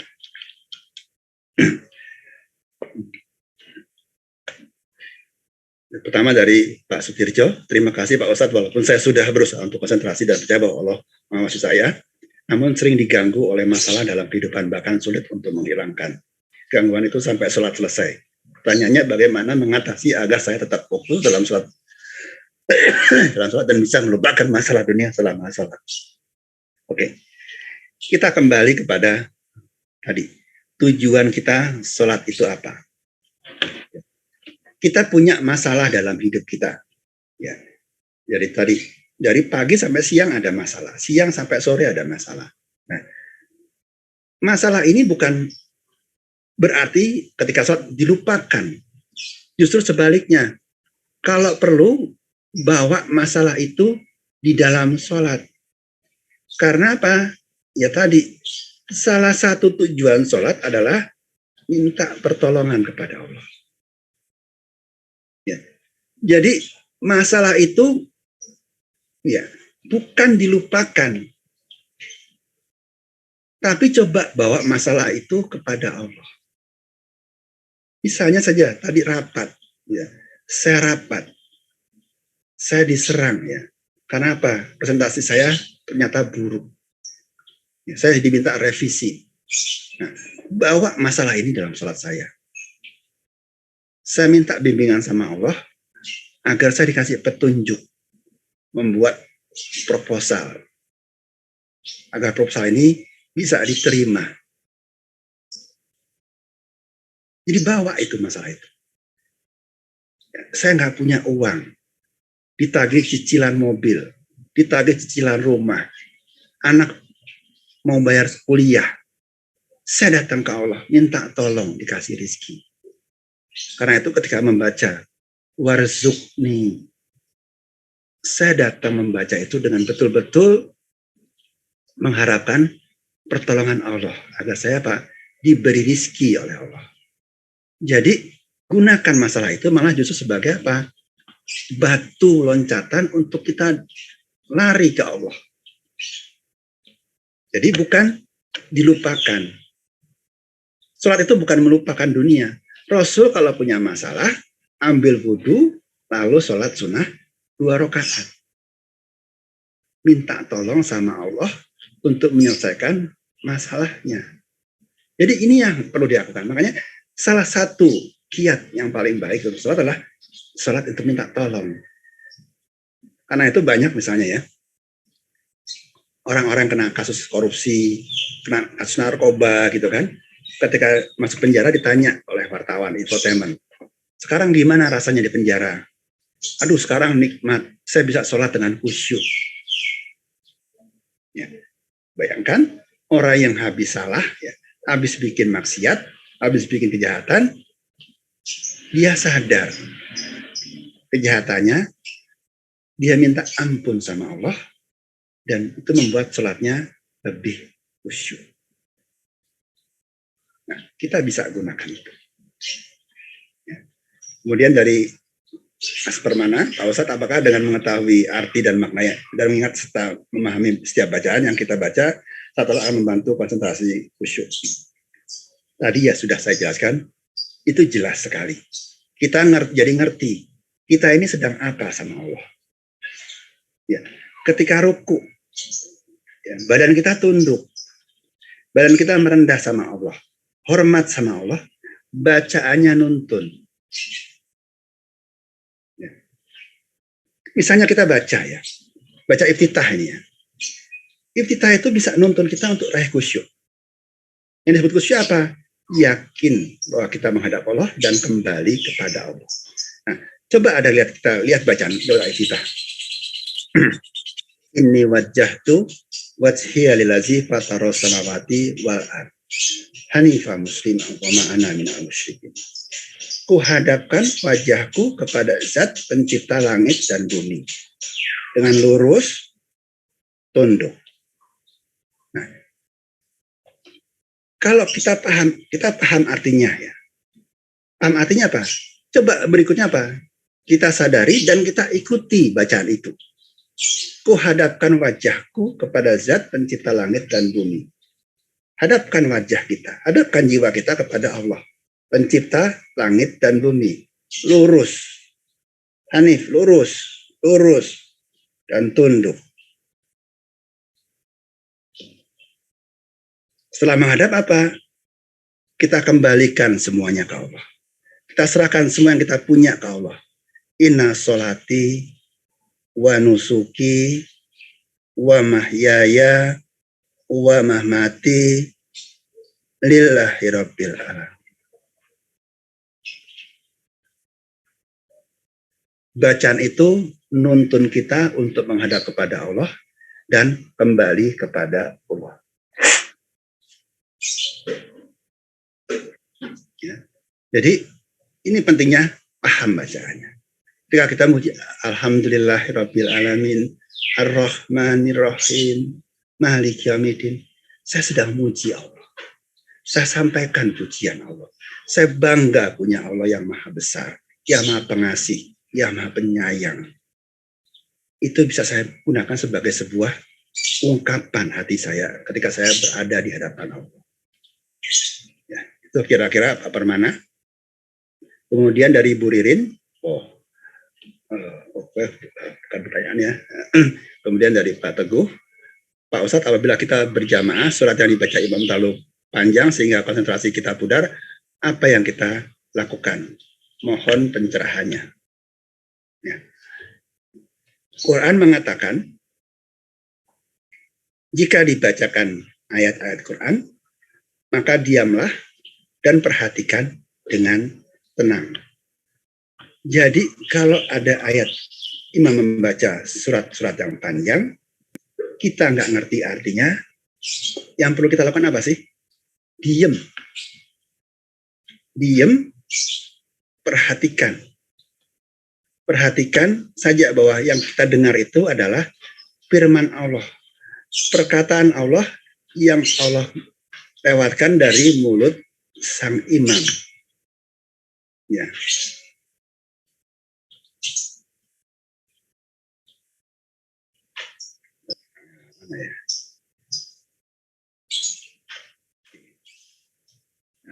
Yang perlu kita lakukan adalah ini. Apabila dibacakan ayat Quran, maka dengarlah baik-baik dan perhatikan dengan tenang agar kamu mendapat rahmat. Sadari saja tadi. Yang kita dengarkan itu adalah sebetulnya adalah firman Allah. Allah berkata-kata kepada kita lewat mulut imam. Ngerti nggak ngerti, sadari. Ada sebuah nasihat dari Allah. Ada sebuah tuntunan dari Allah. Ada sebuah peringatan dari Allah yang disampaikan lewat mulut imam. Perhatikan saja, rasakan saja, terima saja, mudah-mudahan meskipun kita nggak ngerti, kita mendapatkan rahmat dari Allah. Nah, ini akan lebih bagus lagi kalau imamnya memang bacanya baik. Imamnya memang mengerti, sadar dengan apa-apa yang dia baca. Maka apa yang imamnya rasakan dalam hatinya ketika dia membaca itu, bisa juga kita rasakan. Ya, itu Pak Teguh ya, nah, seperti itu. Kemudian Pak Teguh bertanya lagi, Pak Ustadz, apakah boleh kita melaksanakan sholat taubat berdampingan dengan sholat sunnah rawatib setiap hari? Mohon pencerahannya. Ya. Sholat sunnah itu ya kecuali sholat rawatib ya, sebetulnya bebas dilakukan. Ya, kalau sholat rawatib kan ada aturannya ya. Nah, ada aturannya kapan-kapan ya harus dilakukan, tapi sholat sunnah itu bisa dibilang lebih bebas untuk dilakukan. Silahkan saja, setahu saya tidak ada satu batasan untuk melakukan sholat sunnah taubah. Ya. Kemudian dari Ustaz Faizul ya. Oh, oke. Kemarin ya. Nanti setelah mungkin besok Pak ya, Pak Faizul untuk materi kemarin, karena saya masih harus mempersiapkan untuk besok. Ya.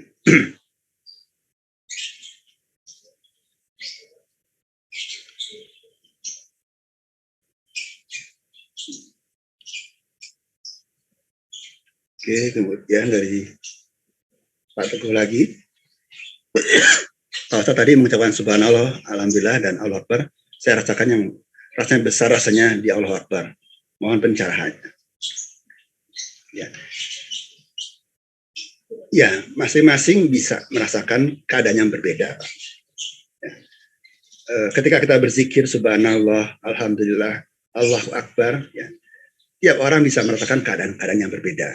Tapi memang mungkin ketika kita membaca Allah Akbar, kalimat ini lebih familiar buat kita. Ya, kita lebih paham artinya, lebih sadar artinya, dan bisa lebih merasakan kebesaran Allah, sehingga ini lebih mudah terasa. Ya, lebih mudah terasa. Begitu kita mengucapkannya, kalau kita sadar kebesaran Allah, akan lebih terasa dibandingkan dengan subhanallah, maha suci Allah. Kadang-kadang ini asosiasi kita ini agak sulit ya. Maha suci Allah itu seperti apa sih? Ya. Nah, ini akan kita bisa rasakan kalau kita ini kena musibah. Dan kita sadar tidak ada yang jelek yang dari Allah. Musibah itu bukan berarti Allah jahat dengan kita. Allah Ar-Rahman Ar-Rahim. Musibah ini terjadi karena sebuah sebab, karena sebuah maksud dari Allah. Dan maksudnya ini pasti baik. Cuma pada waktu itu mungkin kita masih belum ngerti apa rencana di balik itu semuanya. Nah, kalau kita sadar itu, kemudian kita tepis dengan kalimat subhanallah, itu juga akan terasa kebaikan Allah. Alhamdulillah. Kalau kita mengucapkan itu dengan penuh rasa syukur, ya. Misalnya Bapak terima bonus, terima proyek, tiba-tiba dapat komisi gede, ya. Atau tadinya sakit yang nggak mungkin sembuh, tiba-tiba mendadak sembuh, bilang alhamdulillah, itu akan terasa. Jadi kalimat itu akan terasa kalau kita memang bisa mengkaitkan kalimat itu dengan keadaan hati kita. Ya, tadi kebetulan saya memberikan contoh tentang penggambaran alam semesta. Ya, yang paling mudah adalah terasa kalau kita bilang Allahu Akbar. Ya, jadi tadi ini akan berkembang, berubah, ya tergantung kepada bagaimana keadaan hati kita dengan Allah. Oke, baik, itu saja. Mungkin ada pertanyaan lainnya, silakan jika perlu langsung disampaikan.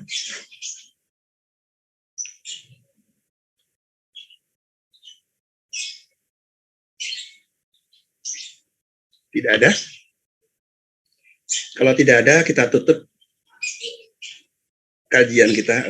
Saya tanya Ustaz. Ya silakan, Bu Ririn. Yeah. Assalamualaikum warahmatullahi wabarakatuh. Waalaikumsalam. Biasanya saya gini, ini kebetulan saat ini Ustaz, saya tadi dengerin Ustaz ini sambil saya ini lagi migrain. Oh ya. Kepala saya ini. Nah ini biasanya terus tadi bacaan-bacaan itu seakan-akan saya masukkan ke kepala saya Ustaz.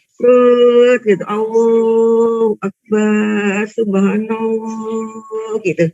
Nah, itu memang enak, kepala saya berkurang meskipun sedikit. Ustaz, ini sudah beberapa hari saya sakit, sudah minum obat, sudah nggak mempan ini Ustaz. Biasanya kalau dengan berzikir gitu lebih enak gitu Ustaz. Apakah memang seperti itu atau bagaimana tanggapan Ustaz? Ya tadi sebetulnya kita kembali kepada hasil daripada zikir. Ala bizikrillahi tatmainul qulub. Dengan berzikir hati tenang. Ya. Dengan tenang ini nanti metabolisme tubuh kita ini akan baik, akan normal. Ya, kalau kita stres karena itu ya, kita stres nih, banyak pikiran, maka metabolisme kita ini menjadi tidak normal. Kepala pusing, dada deg-degan, perut mual gitu ya, betul. Perut jadi pulas. Nah ini kan karena apa? Hatinya gelisah, gitu. Tapi ketika hati ini tenang, pikiran pun akan terbawa menjadi tenang. Ya, semua organ tubuh akan bekerja normal. Sehingga yang tadinya mulas-mulas itu hilang. Dada yang tadinya sempit jadi lapang. Pikiran yang tadinya pusing jadi tenang. Gitu. Jadi ini zikir ini adalah berefek kepada keadaan hati, dan itu yang membuat semuanya jadi terasa enak di badan kita. Gitu. Kira-kira seperti itu, Bu. Oke. Tapi metodenya betul ya. Jadi saya tadi kan, kalau saya gini kan, saya resapkan dalam hati, terus seakan-akan itu saya masukkan ke kepala ini, kepala yang sakit itu. Oh, subhanallah. Gitu. Ya, mungkin itu ya, Ustaz ya. Ya, mungkin saja bisa seperti itu, Bu. Tapi saya tidak berani menjawab apakah sebab itu karena saya tidak pernah mempelajari hal itu. Ya, saya tidak berfokus mempelajari efek-efek dari bacaan itu kepada kesehatan, tapi saya lebih ke arah bagaimana salat itu membawa kita kepada kekhusyuan yang membuat hati kita tenang. Dan nanti juga besok akan kita lihat lagi ya, lebih lanjut lagi mengenai gerakan. Bagaimana kalau gerakan betul itu bisa membuat kita lebih sehat. Gitu. Jadi ini efek sampingan, tapi target kita sebenarnya bukan situ, tapi bagaimana gerakan itu menuju membuat kita menjadi lebih khusyuk. Tapi hasilnya nanti apa? Bisa menjadi sehat. Karena apa? Kalau gerakan betul, kita ini seperti diajak istirahat. Badan kita ini diajak istirahat. Yang istirahatnya itu lebih baik daripada tidur. As-salatu khairum minan naum. Jadi meskipun makanya banyak orang-orang ulama-ulama dulu itu yang bisa dibilang tidak tidur sepanjang malamnya, tapi diganti dengan sholat. Mereka ada beberapa ulama yang sholat subuhnya itu pakai wudhu isya selama puluhan tahun. Jadi artinya apa? Tidak pernah malam itu tidur, tapi tetap sehat. Rasulullah kalau kita lihat sholat malamnya itu bisa 4 jam, 5 jam. Tidurnya berarti apa? Sangat sebentar. Tapi siangnya tetap aktif. Kira-kira seperti itu. Ya. Jadi tadi salat itu membuat kita tenang sehingga apa? Badan kita ini berfungsi normal semuanya gitu. Kalau stres ya nanti kena ke jantung, kena ke lever, ya kena ke kepala, ke darah tinggi, dan macam-macam lah itunya. Iya, tapi memang saya biasanya gini Ustaz, kalau sakit itu kan katanya sholat itu di sujud terakhir berdoa. Ya di sujud terakhir sudah berdoa, terus setelah sholat, nah itu saya teruskan, saya dengan posisi sujud, saya berdoa. Karena takut kalau waktu sholat tuh sujudnya terlalu lama itu membatalkan sholat. Jadi saya akhirnya setelah setelah sholat selesai, saya sudah sujud lagi. Terus di situ saya banyak ya baca-baca, terus doa. Memang seakan-akan sakit itu dikeluarkan dari kepala. Itu pengalaman aja, ini sharing aja Ustadz. Jadi saya biasanya seperti itu. Oke, matur nuwun. Ya, baik itu saja. Nanti untuk yang mendapat buku akan saya umumkan nanti di grup ya. Di grup, untuk 3 orang penanya maupun pemberi komentar terbaik pada hari ini. Ya, yang belum dapat besok coba ikut lagi. Kita lihat, ajukan lagi pertanyaan atau komentar. Tapi yang dapat hari ini, besok tidak dapat lagi ya. Boleh nanya, boleh, tapi tidak dapat buku lagi. Gitu. 1 orang 1 saja gitu. Untuk yang lainnya. Baik, kalau gitu kita sudah jam 10.34 ya, sudah lewat sedikit waktunya. Kita tutup saja kajian kita dengan hari ini dengan membacakan doa penutup majelis. Subhanakallahumma wa bihamdika asyhadu an la ilaha illa anta astaghfiruka wa atubu ilaik. Assalamualaikum warahmatullahi wabarakatuh. Waalaikumsalam warahmatullahi wabarakatuh.